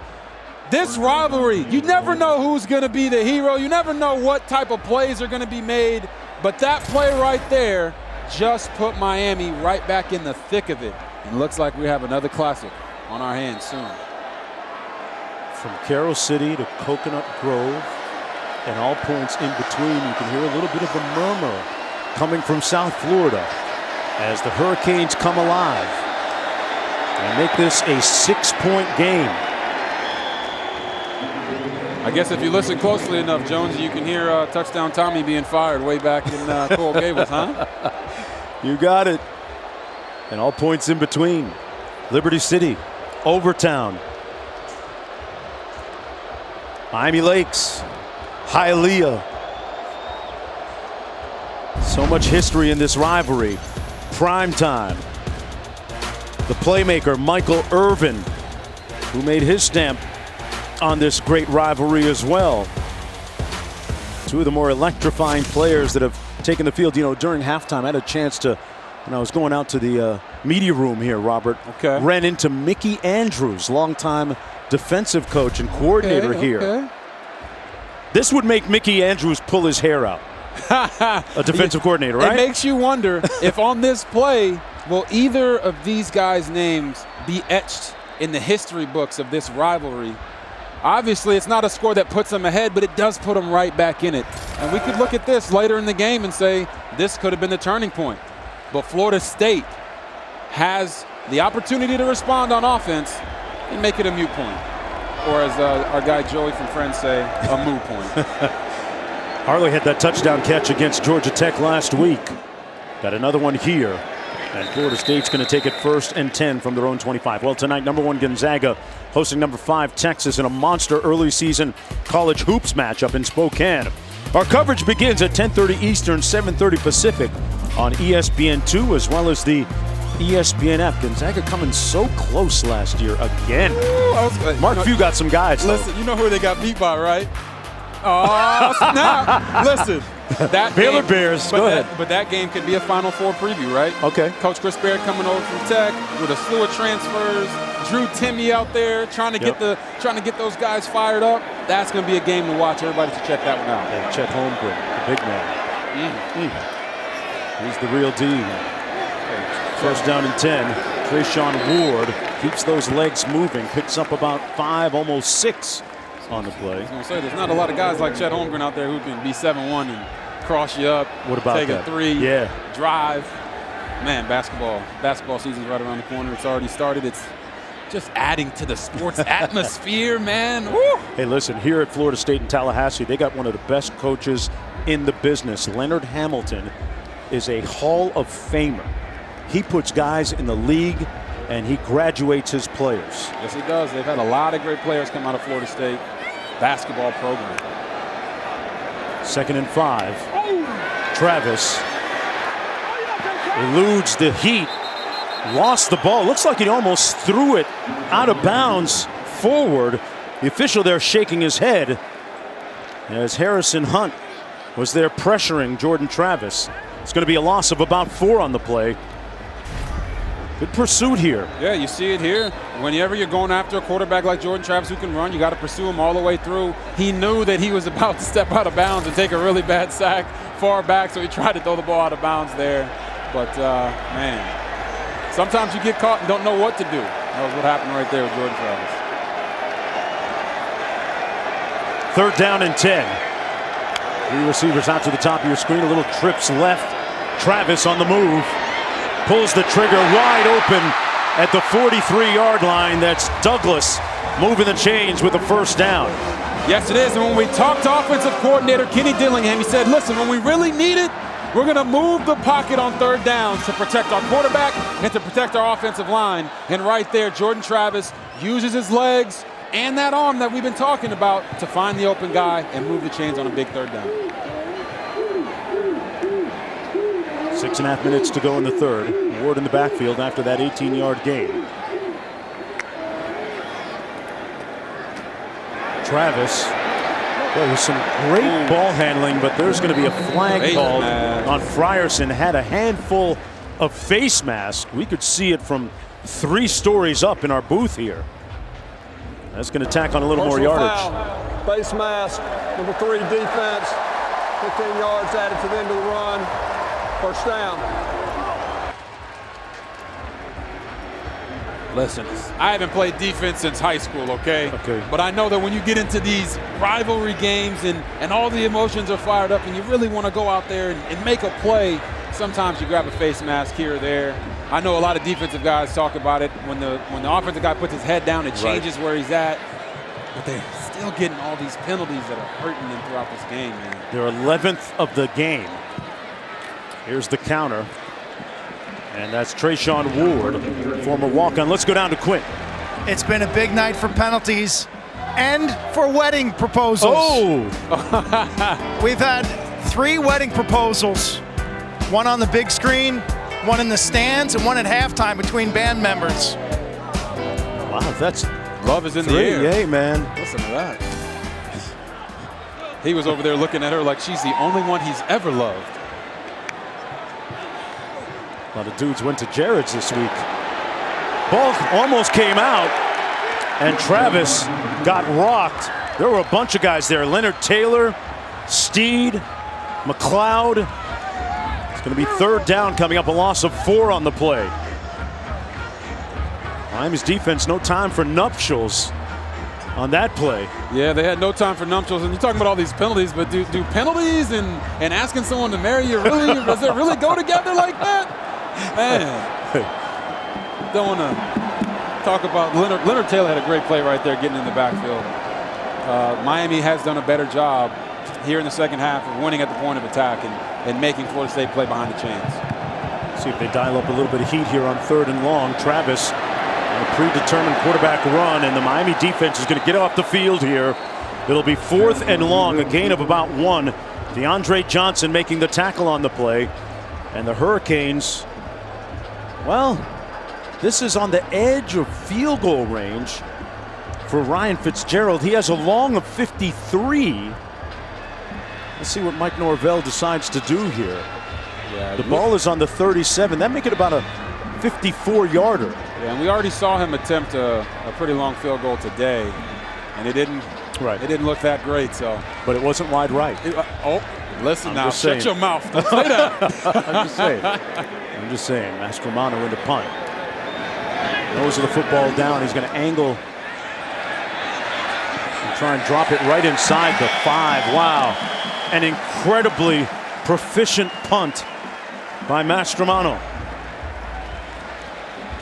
Meanwhile, Jordan Travis, Florida State's quarterback, just went in their athletic training tent a moment ago.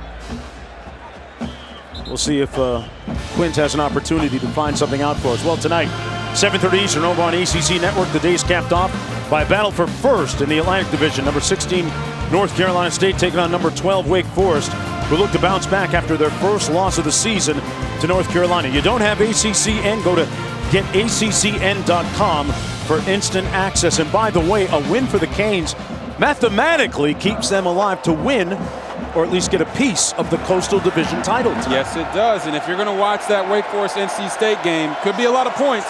Sam Hardman, Devin Leary, but that NC State defense is something serious. 97 yards away, Van Dyke fires, and it's caught. There he is finally, Rambo with the reception. He got in behind Jarvis Brownlee, who has since reemerged, come back into the game after being shaken up. A 33-yard gain, Robert. And every Miami Hurricane fan right now is saying, finally, we get the ball in Charleston Rambo's hands. You know what? That was a great catch, great coverage, but there is no coverage for the perfect throw. 1st and 10, Van Dyke. Incomplete. Intended for Keyshawn Smith, broken up by Cooper. It'll be 2nd down and 10. And as we look back at that previous play with Charleston Rambo facing off against Jarvis Brownlee, listen, a picture's worth 1,000 words, and right here, you see him make that catch. It's big for him, big for the sideline, and the entire coaching staff was excited. Wow. Look at that. Jordan Travis, starting quarterback, going into the locker room to be checked out. Van Dyke, wide open. Rooster, ready to crow with a 1st down to the 35-yard line. Jalen Knighton, a.k.a. Rooster, moves the chains again for the Hurricanes. He picks up 29 as Jordan Travis, looking a little beleaguered there inside the locker room, going to be tended to. Meanwhile, back on the field from the 35. Van Dyke, Rambo, complete, and about a 5-yard gain. They're picking on Jordan Brownlee. Let's go down to Quinn. Travis went in the tent, came out holding what appeared to be his hand, jogged off the field. Mackenzie Milton, meanwhile, warming up behind the Seminole bench. Quint, was it his throwing hand? Were you able to notice? I couldn't tell. I don't want to say it's a hand. It's definitely an upper body. Gotcha. Great job. 2nd and 5. Well, there's a reason why he's inside the locker room right now on a potential injury. And we got a whistle prior to the play here. False start. Offense number 60. 5-yard penalty. 2nd down. That's going to go against Zion Nelson. 12th penalty of the night. Let's take one more look at where we think that injury might have occurred. Oh, wow. Well, it wasn't the hand to the face mask, right? Looks like a forearm, maybe? Yeah, upper arm, and it's his throwing hand. Meanwhile, his counterpart hands it off to Rooster, and Knighton is going to be stopped up for a loss of about 1 on the play. I had a great conversation with Jalen Knighton earlier this week. He said that he was ready to have one of the best games of his career at Miami. In high school, he said he could always see the emotion and the energy between these two schools when they met on the field. And during the first 4 games that he had to sit out, he relied on his dad, who played in the NFL, and his mom, Shalita Knighton, to keep his spirits up. Van Dyke incomplete into traffic intended for Smith, and it's 4th down. Cooper breaking it up. Yeah, we talked about how well Jarvis Brownlee Jr. has been playing, but Omarion Cooper has been playing just as good. Has an interception today. Right there, makes a big play on 3rd down. Man, I'm telling you, Miami was just starting to look like the Miami that they've been for the past 3 weeks. Florida State's defense buckled down on them. Got a big stop there. And now Andres Borregales is coming into the football game, trying to attempt this field goal from 53 yards out. 12 of 16 on the season, has a long of 55. This well within his range.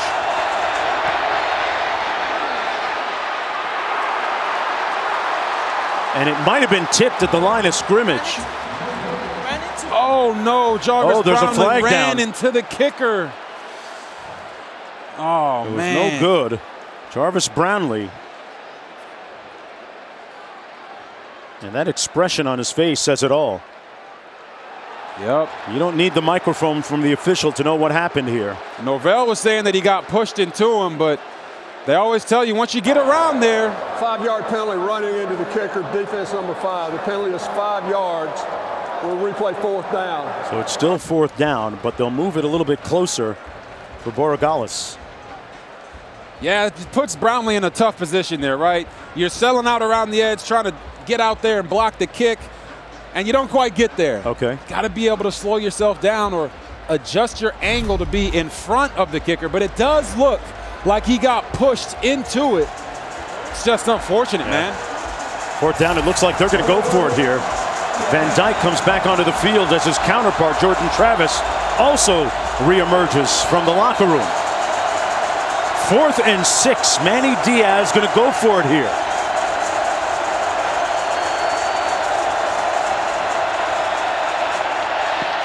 Delivers, caught! Rambo with the 1st down at the 13. He was working against Brownlee and made a huge play. So Diaz does it with the gamble. Oh my, 4th and 6. This is a lot of drama for your mama right here, baby. And who do you go to? Charleston Rambo. Mama, there goes that man. And Rooster caught in the backfield. That's going to be a loss. Jermaine Johnson continues to put money on tape. I mean, he has been spectacular today defensively. Yes, he has, and we talked about it. Listen, Kayvon Thibodeau, way out there on the West Coast, is one of the top, if not the best player in all the country. But boy, oh boy, Jermaine Johnson is showing up today big time, and he's been doing it all year. It's good to see him out there making plays. Franklin in the backfield. Van Dyke into the end zone. Incomplete, intended for Rambo, who was looking for his 5th reception, has 60 yards on 4. Man, I can tell you what, Tyler Van Dyke, a.k.a.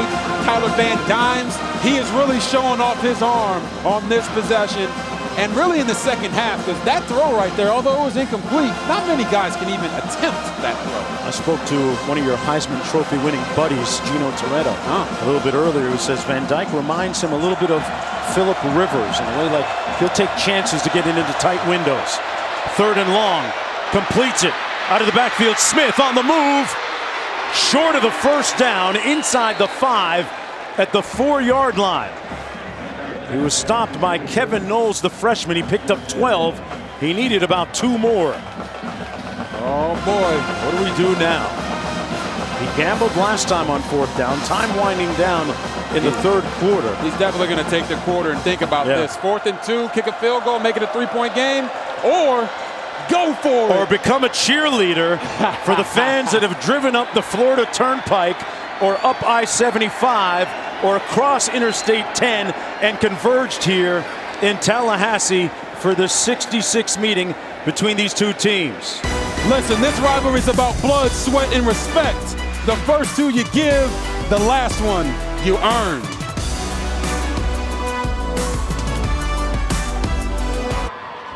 Here's what happened, folks, while we were away in commercial.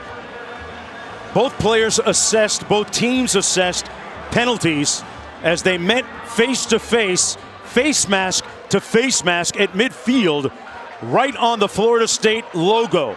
There was some dancing on the logo going on, and Florida State Seminoles apparently objecting to that. The enmity and the animus becoming apparent here as we start the 4th quarter.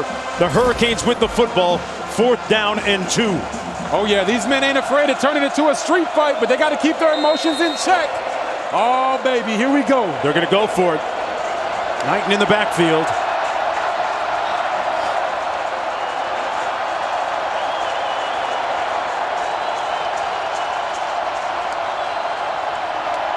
Van Dyke hits the corner, complete, touchdown Mallory!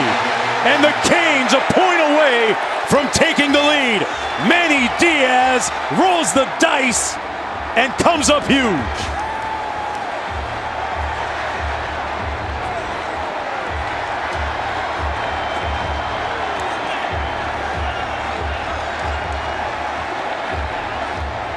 Apparently Miami wasn't getting killed earlier. They were just getting mad. And now they've got all the momentum on their side, and they're making plays. And right here with this kick, They'll go into the lead, 21-20. They make it. Mallory with his 3rd touchdown catch of the season, the 10th of his career. And after a long, laborious, workmanlike uphill climb, Miami has its first lead of the football game, 21-20. You know, sometimes the simplest plays are the ones that work. They bring Rambo across as some eye candy, and they just work Will Mallory into the flat, allowing Tyler Van Dyke to hit him in stride and get the touchdown. Junior out of Jacksonville, Florida. His dad played collegiately at Michigan, and Manny Diaz laser focused right now as his Hurricanes take a 1-point lead as we get underway here in the 4th quarter. Look at the numbers since that slow start. 13 of 21 for Tyler Van Dyke. And that has left a lot of the crowd here at Doak Campbell in stunned silence.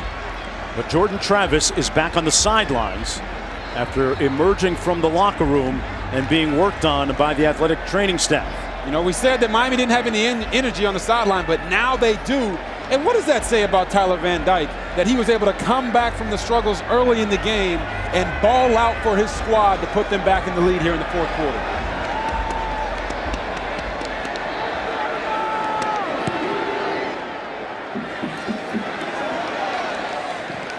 And Florida State going to take it 1st and 10. Let's check in with the studio.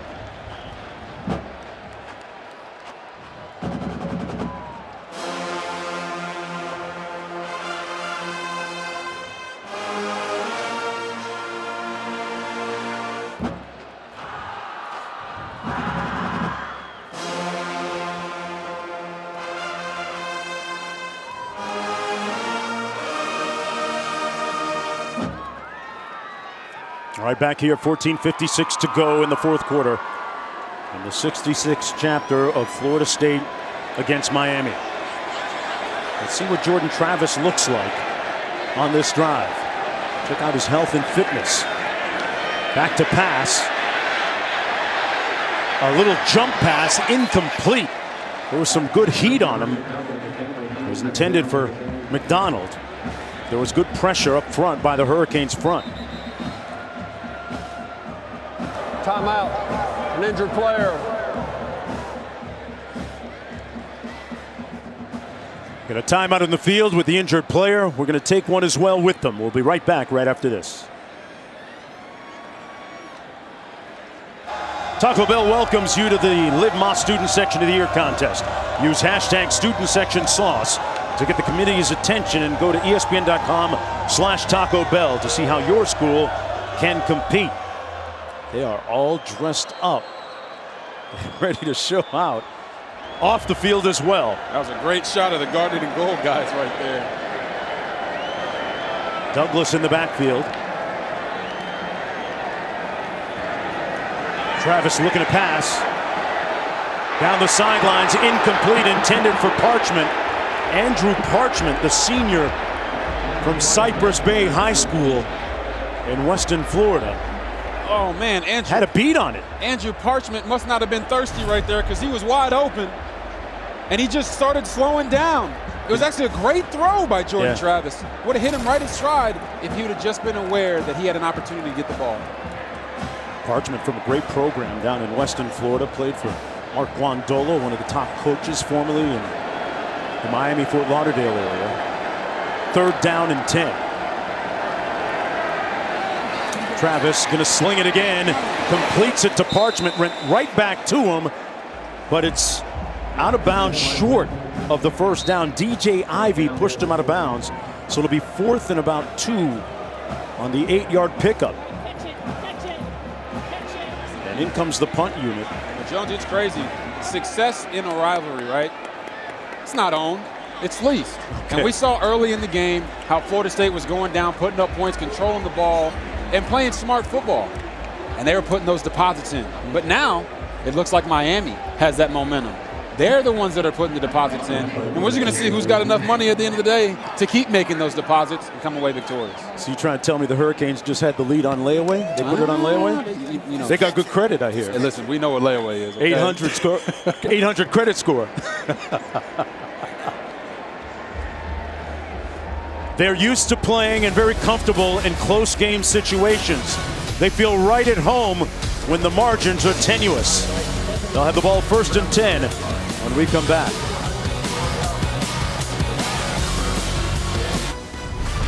ESPN College Football is delivered by Papa John's. It's Bacon Mania at Papa John's with the new Triple Bacon Pizza. Order today.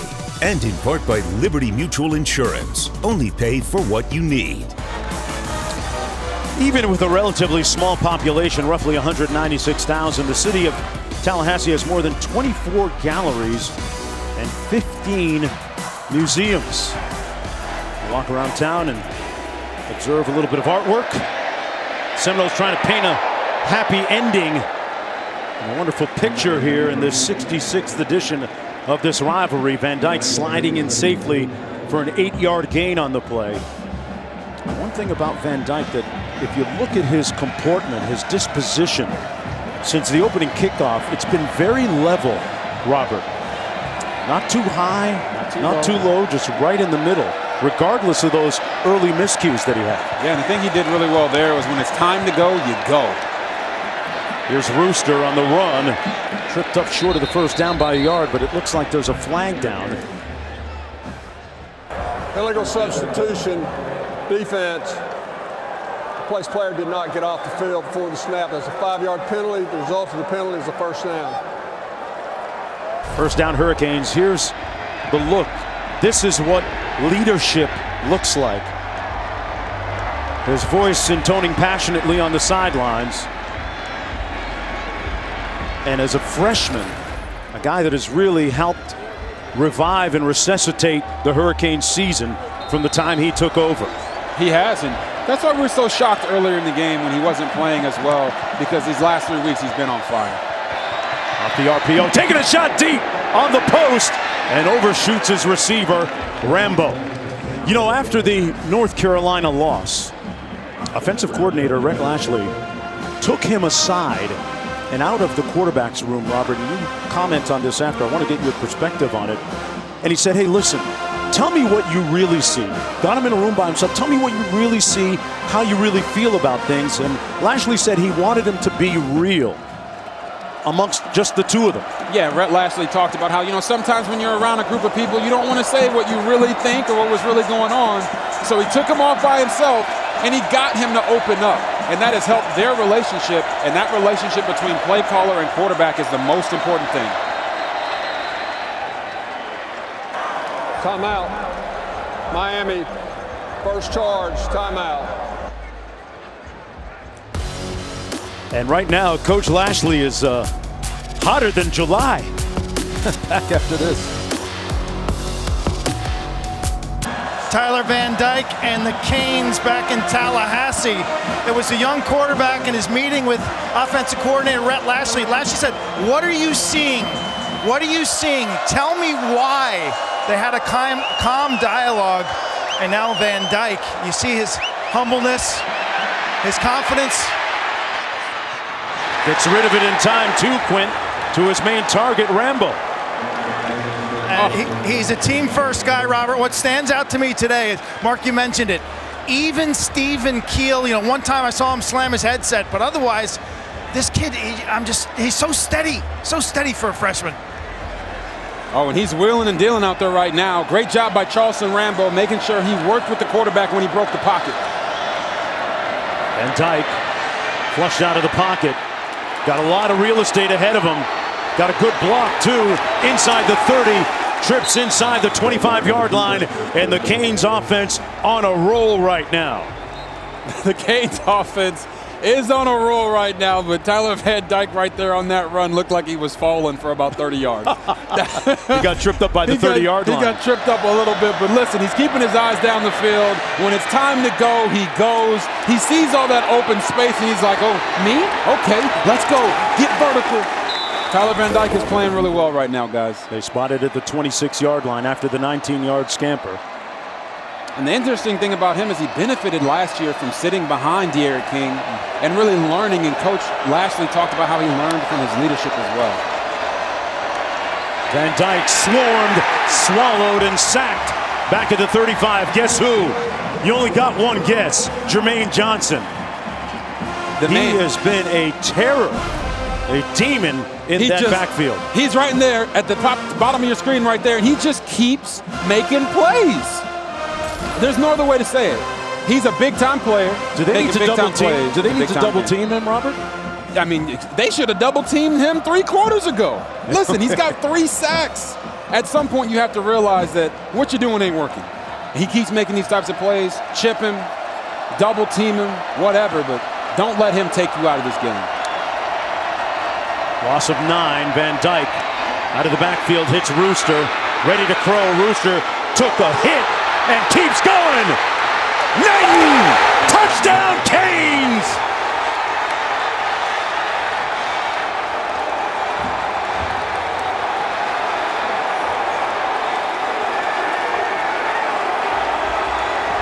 The Rooster got rocked, but kept on going. A 35-yard touchdown catch and superlative, sublime run after the catch for the score. Jonesy, special players make special plays, and the Rooster just did something filthy out there on the field. He told me earlier that his idol growing up was Adrian Peterson 1 and Roger Craig because of the high knee lift, Robert. He did a nice job with the Texas route, catches it over the middle, and the Rooster's here. Cockle-doodle-doo, baby.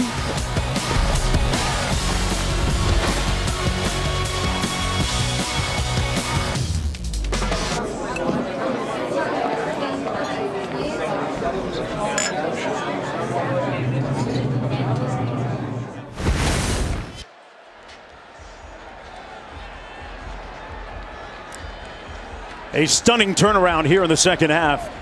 Miami Hurricanes alive. Showing a lot of vitality right now. A 21-0 second half deal, outscoring Florida State as we check in with the studio.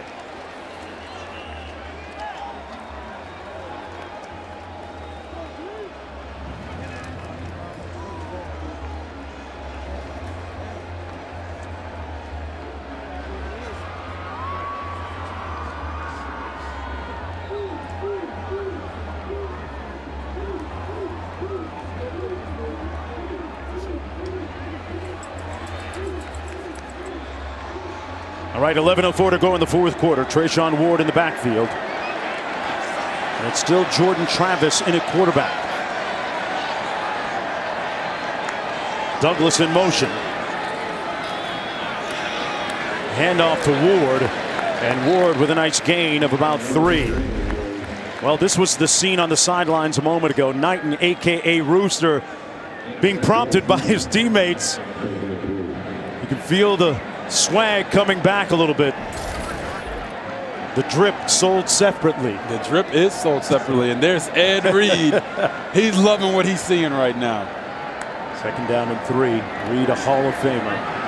One of the GOATs, one of the best ever do it. And that's Trayshawn Ward picking up the first down.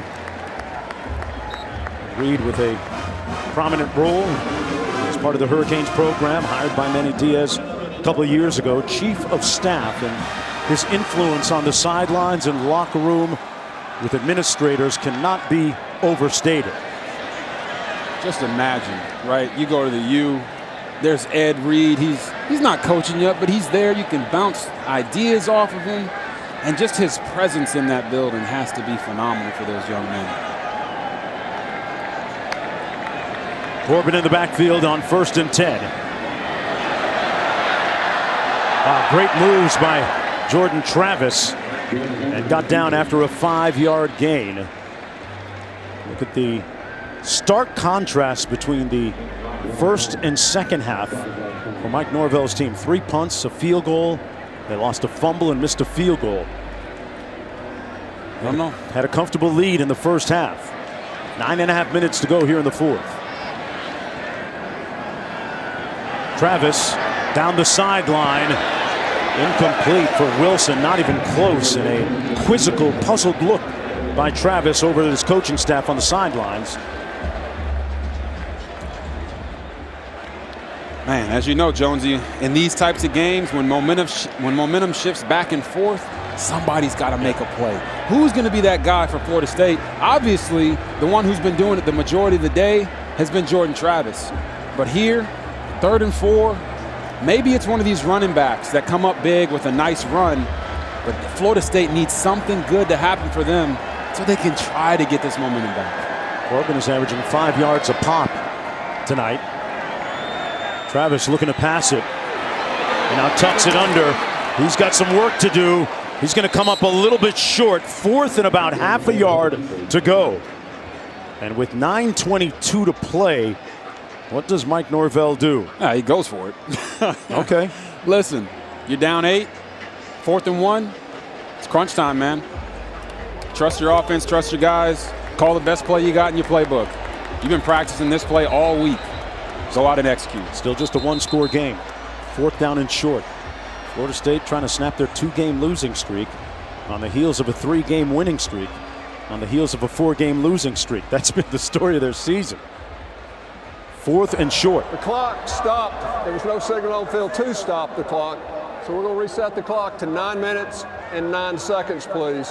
And then it will start on my signal. Oh, he just took time off the clock right there, huh? They had a quick look at that. At least we didn't have to review it and stop the game much.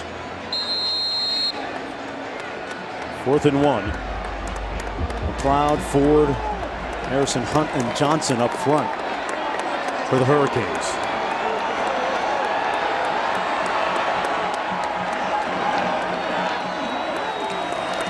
He's going to do it himself. Ward. Boy, that's going to be a big hit. Let's see where they spot it. It looks like he got the first down. Remember, that line that we have on your television screen is merely an approximation. It is not exact. Steed came up from his will linebacker spot and brought some smoke on that hit. Yeah, it really looked like Jordan Travis might get that with ease, but he ran into a buzzsaw real quick, and I think he still got enough for the first down. By that much. The length of the football. They keep the drive alive. 1st down and 10 for Jordan Travis out of West Palm Beach, Florida. A guy that coaches rave about in terms of how much he cares about his teammates and how much he cares about his individual performance.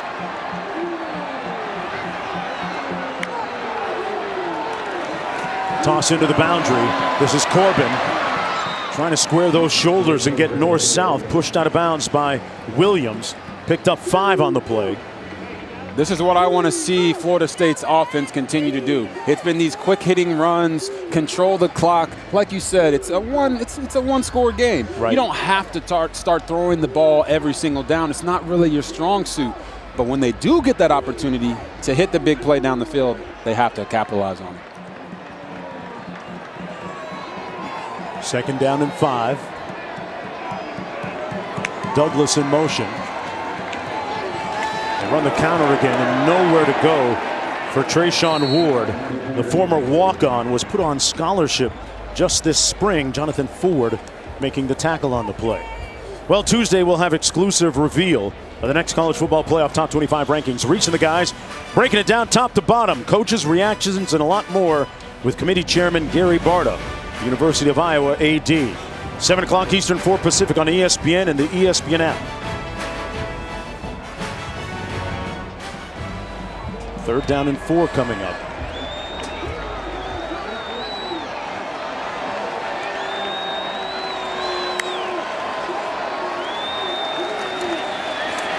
And Travis under duress completes it. A flag down. The catch made by Williamson. A lot going on here, a lot to unpack. Is it a first down? Will it stand because of the flag? Marcus Clark made the tackle. Personal foul. Continued hands to the face. Defense number 33. A 15-yard penalty. First down. Chance Williams called for the penalty here. Hands to the face. Yeah, number 33 right here on your screen. just continues to put his hands in the face. And guess what, Chance Williams? You give Florida State another chance with a fresh set of downs. Man, Miami is really, really hurting themselves with these penalties. And 13 of them, Robert, for a total of 105 yards. 13 penalties. That is not winning football. Jordan Travis steps up, lets go of it, completes it at the 18-yard line to Wilson. And another Seminoles first down. Was working against Stevenson. And as you can see, when you allow offenses to move down the field with penalty yardage, it turns into plays like this. They get opportunities. This is an area where they feel really comfortable, and Jordan Travis stepping up in the pocket, making big-time throws late in the game. Up at the line of scrimmage rather quickly. A trips right formation. They're going to run it instead. And about a yard carry there for Trayshawn Ward. Talked about Ward and how he was just put on scholarship at Florida State this past spring. That on the heels of a very productive season before that. Really got the attention of the coaching staff.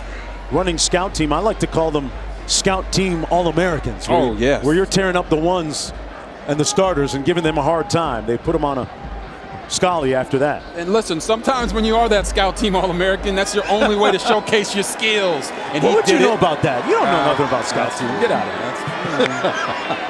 2nd and 9. Travis delivers it complete at the 20-yard line to McDonald. He's brought down immediately. Under 6 minutes to go. Frierson with the tackle on the play. Man, they say Gilbert Frierson is one of their emotional leaders, and you see him. Look, he's playing with his emotions on his sleeves. I think he got braids with beads in him back there. My Lord, this guy's got all the swag. You got to have a lot of confidence to wear braids with beads in them. Yes, sir. Frierson out of Coconut Grove, Florida.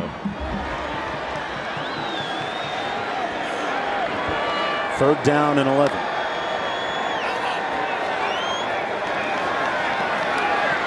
Travis drills it.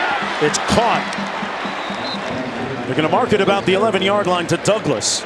And he's going to be about 4 yards shy of the first down. Tyreek Stevenson there to meet him immediately on the 8-yard gain. 4th down, and in comes the field goal unit to a smattering of chorus of light boos here. What do you make of the call here to go for the field goal, Robert, with the clock running? Take the points. Listen, take the points. That way, when you come back, your defense gets a stop, right? You're trusting your defense to get that stop, and you score. Now you win the game. Now you don't have to score and go for 2. It's a smart decision.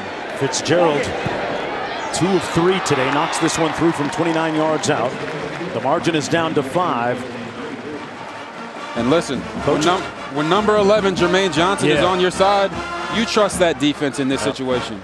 These guys have to step up and make the plays to give their offense back the ball. And maybe we're in store for another one of those classics. But if you're Miami, you get the ball 4 minutes, 4-minute drill. You have to possess the ball and run the clock out so that Florida State doesn't have a fighting chance to win this game. There's a look at one of the big playmakers for Florida State today. Let's take a look at this week's college football playoff rankings brought to you by Goodyear. Georgia, Alabama, Oregon, and Ohio State 1 through 4.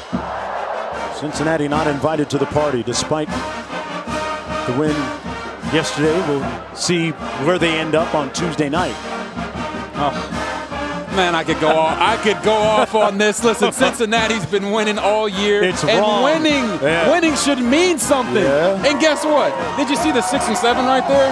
You got Michigan and Michigan State. How in the world is Michigan ranked higher than Michigan State when they just played a couple weeks ago and Michigan State won the game? Hey, bro. Come on now. Bro, they're your friends. You visited them, the committee, right? This is unbelievable. You went down and did the mock college football playoff scenarios. Sure did, and walked out mad. They're your friends. Those are your people. 5-point lead. Let's go back to the studio.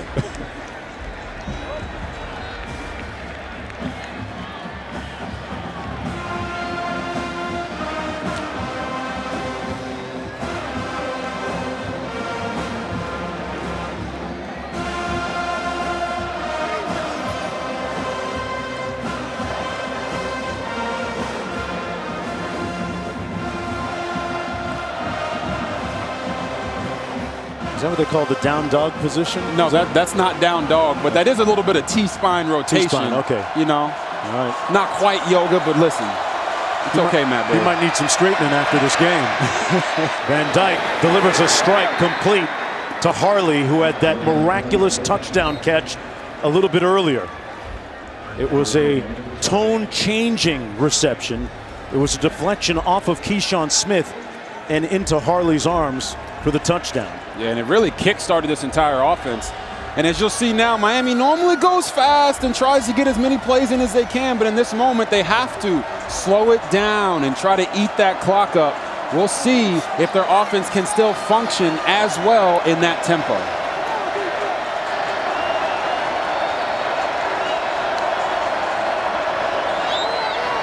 Hand it off, Knighton. He hasn't put up the staggering numbers that he did a week ago, but he's been very dependable. 15 rushes, now 16 for about 31 yards. But good enough for him to keep them honest defensively, Robert? Yes, he keeps them honest defensively, and you saw right there, everything that Miami normally does is fast, but even the mesh point right there was slow. And Knighton's really seen a bigger impact in the passing game, as you see. 2 catches, 64 yards. He says he can do it all, and he's kind of showing that, even though they have a little, shut him down a little bit in the running game. Van Dyke, little bubble screen to Harley, broke 1 tackle and gained about 3 on the play. Knowles making the stop. It'll be 3rd down coming up. Big time 3rd down as you see that clock continues to wind down. It'll be inside 3 minutes before this next play gets run. They get another 1st down here. It's just going to put more and more pressure on this Florida State defense to come up with big time stops. Huge call coming up for Rhett Lashley, the offensive coordinator. You saw a moment ago. 3rd down and 4.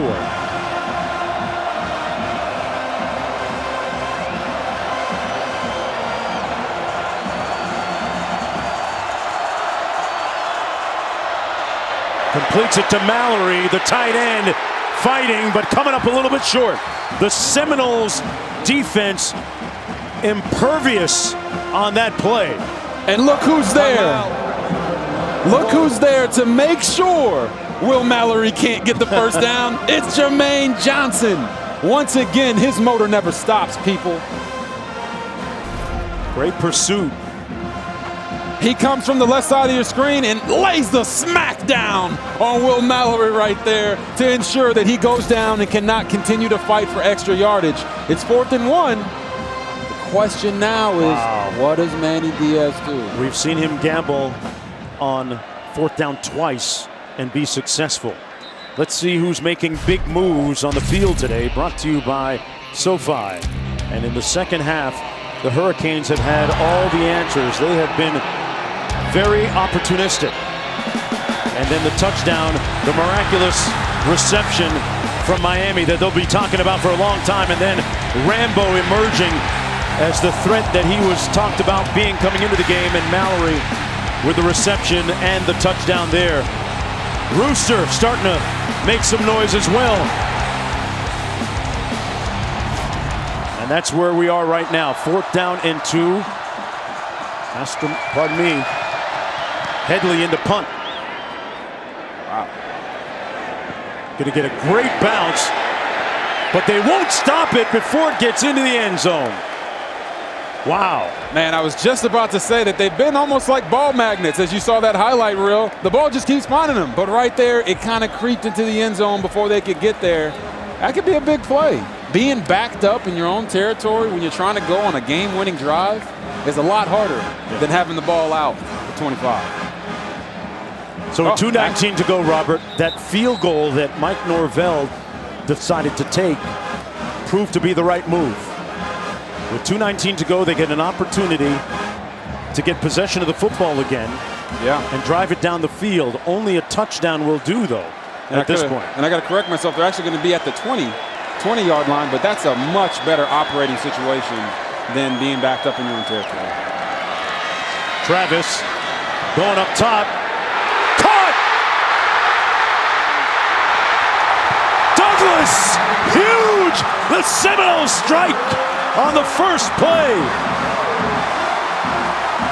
And we talked about it. They needed to run the ball, but when they have an opportunity to make a big play down the field, they've got to do it. And who does it? It's the man out the slot, Juki Douglas. Look at this man flying down the field. He said, you want to go one-on-one? No, no, no, no. That's a bad idea. 59-yard pickup, first down and 10. Under 2 minutes to go. Florida State with 2 timeouts remaining. From the 21. Travis handing it off between the tackles. It's Jashawn Corbin. No gain on the play. Maybe a gain of 1. Second down.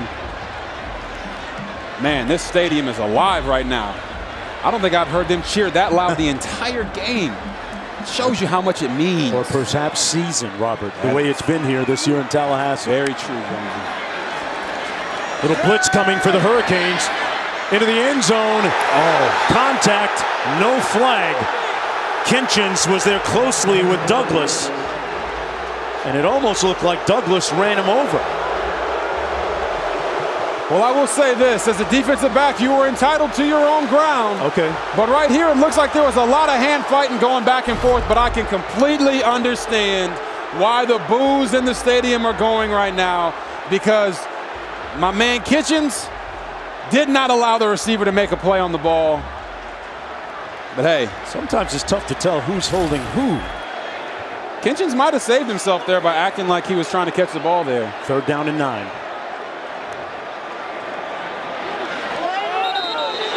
Yeah, we got a flag down. There might have been a little movement up front by the Hurricanes. And that has been the story of the game for Miami. Penalties. False start. Offense number 76. This one's going to go against 5-yard penalty. Florida State. Yeah, it looks like they could have had a penalty on Miami there, the previous play. But right there, they get Florida State for a false start. Man, I was going to say maybe the refs don't want to take the game into their own hands and affect it. But I guess a false start's a little easier to call than a pass interference. Earlier this season, the Seminoles had big problems with penalties. That was their 8th of this game, 3rd and 14. Travis, ball comes out loose, and it's an incomplete pass. He's looking for Douglas again, so now 4th and 14 with 1:05 to go. They've got to get to about the 11-yard line for the first down. They've got 2 timeouts remaining, as does Miami. Yeah, they've got no choice. They have to go for it. You know, we talked with offensive coordinator Kenny Dillingham, and he said in these situations, in a gotta-have-it situation, they may max protect and just work a 2 or 3 man concept down the field. We'll just see if Miami is going to bring pressure here or if they're going to play coverage on a 4th and 14. Big time call here for Manny Diaz. From the 25. Travis delivers. Caught! Parchment! Down to the 1!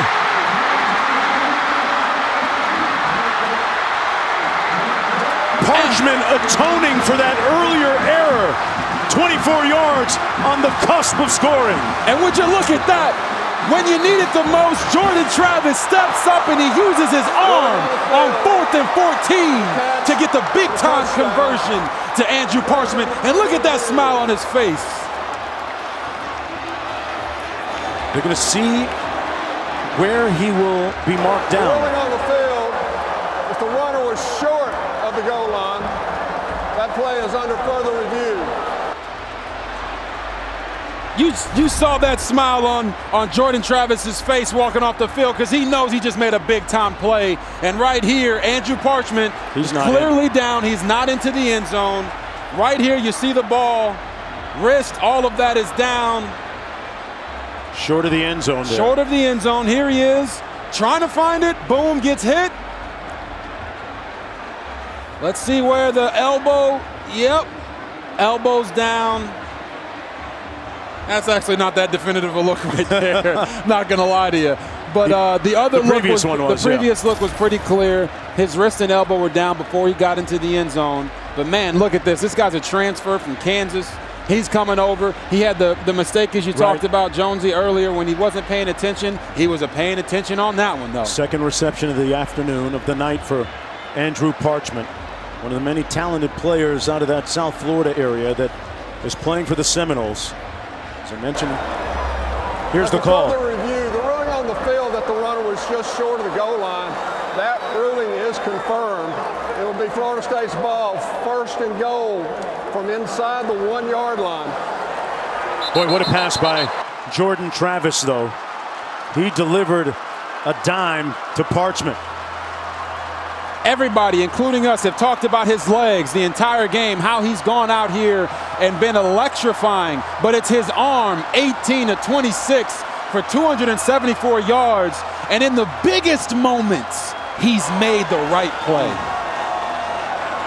A game that has seen him go into the locker room to be attended to by the athletic training staff and then re-emerging. This is very much like the Syracuse drive when he led his team down the field for the game-winning score. But can he do it again against the Hurricanes under the bright lights?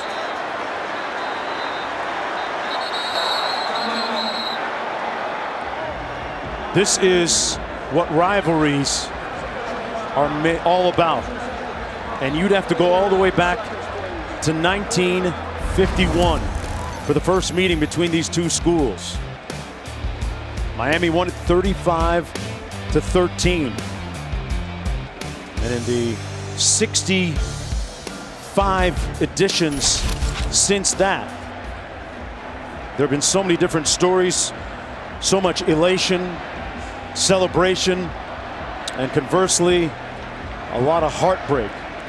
Both these coaches, Robert Griffin III, have witnessed this rivalry from different perspectives, and now they coach in it. It's really amazing. It really is amazing. And, you know, Coach Norvell didn't get to experience this game last year.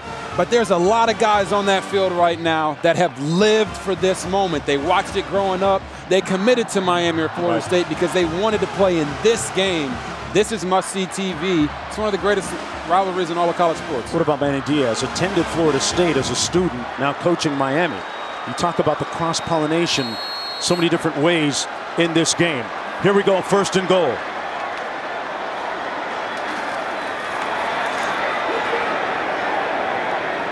No signal, no touchdown. Stopped up short of the end zone. Florida State with 2 timeouts remaining.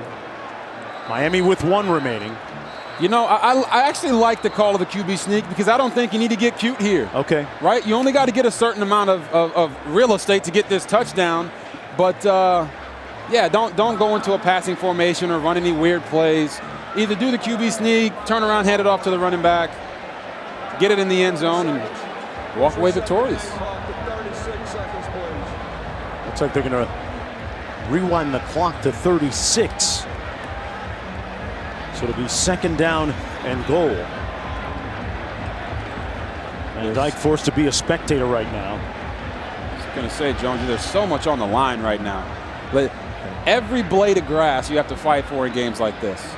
And recruiting is a big part of it as well. We talked about how many recruits are here in attendance, how many recruits are watching this game, trying to decide where they want to go. And our guy Lee Corso has once said, you don't beat football teams, you out-recruit them. And this is a battle right here for recruits. It's a battle for supremacy, for bragging rights. You got to have the ordnance, the weaponry, and that's where it begins. Second and goal for Jordan Travis. Keeps it again.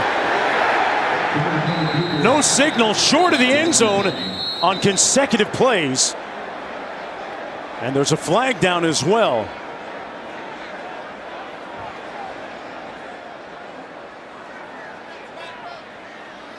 Offside. Defense. Oh, man. Brings half the distance to the goal. Still second down. You can read his lips. He said, bow up. 32 seconds to go. It's pretty simple from this point. It's goal line stand or goal line touchdown, right? They seem to be willing to just line up in the QB sneak formation and try to find different gaps to get it through. And this game that's shaping up to be a real epic classic. The clock will start on my signal. The first rivalry game between these schools without Bobby Bowden. Second and goal coming up.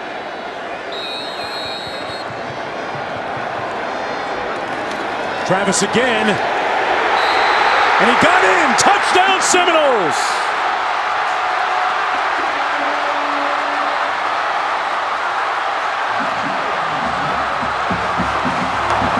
Moving on the field. It's a touchdown. Play is under further review.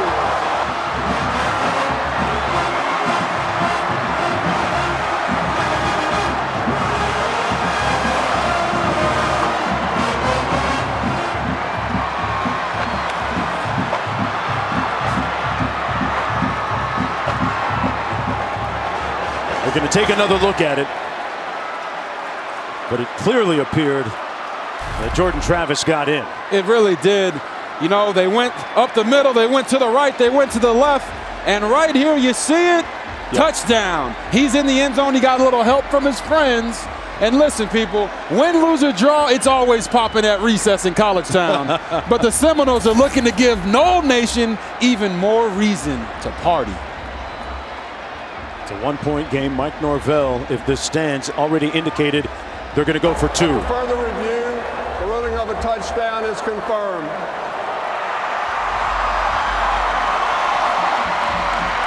So the Hurricanes have a little bit of time to work with. 26 seconds left on the clock. And they've got no timeouts remaining.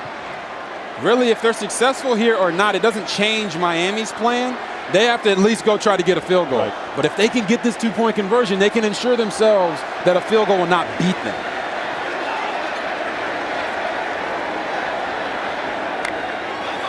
Oh! Wow, more movement up front.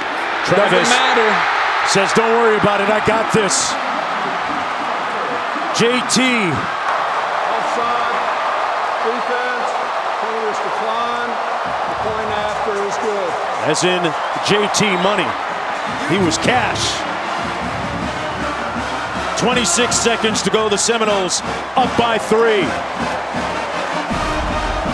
Here he is right here. Gets the guy to jump off sides and says, you know what? It don't matter. I'm going to just go out there and stun on him. Gets the two-point conversion, almost ensuring that his team will not lose this game by a field goal for sure. And they got 26 seconds. Miami has 26 seconds to get in field goal range or score a touchdown to win this game. Coaches say Jordan Travis can be elite. And he showed elite discernment and dominion over the offense on that last drive. That's the second time, folks, that he's done it. He did it earlier this year in a comeback against Syracuse when it looked like they might be dead.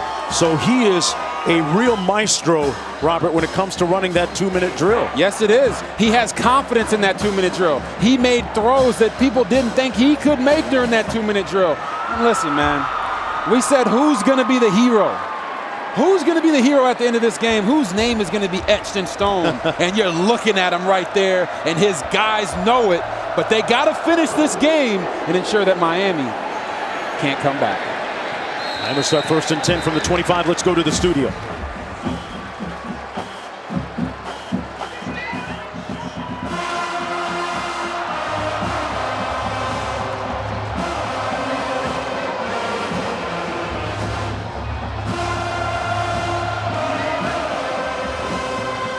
Miami with one last gasp effort, starting from their own 25-yard line. At one point, they had a 21-0 scoring streak and binge here in the second half, only to see Jordan Travis rally the Seminoles offense to retake the lead.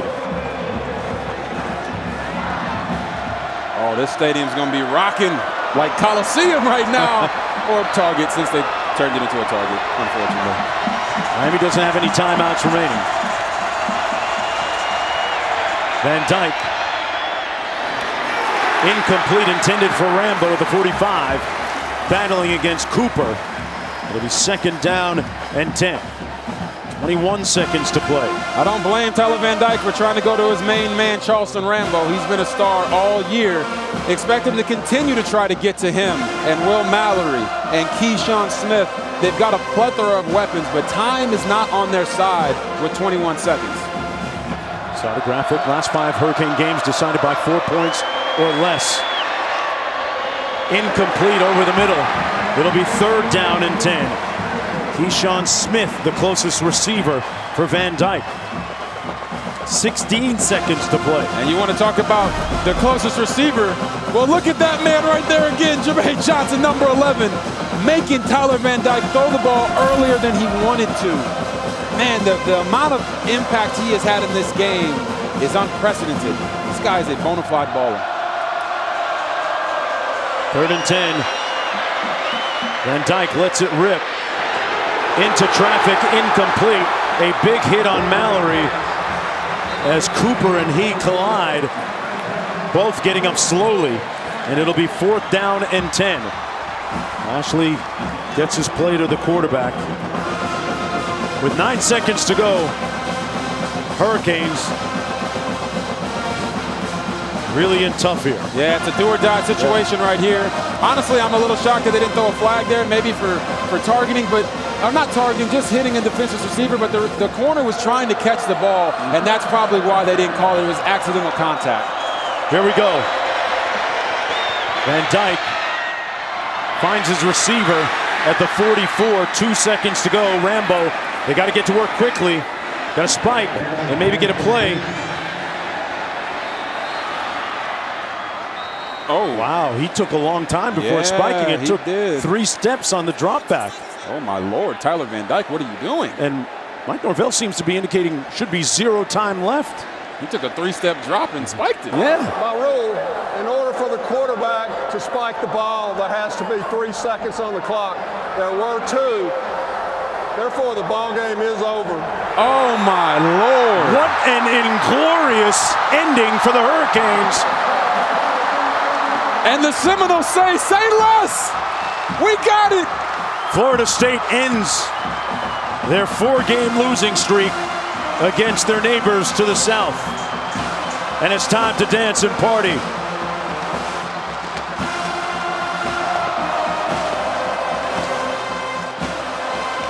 Another classic in this rivalry of 2 storied college football teams.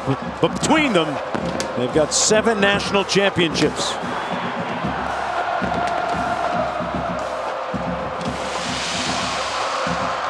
Neither in the championship picture this year, but still, it's about pride, and it showed glowingly today from both sides.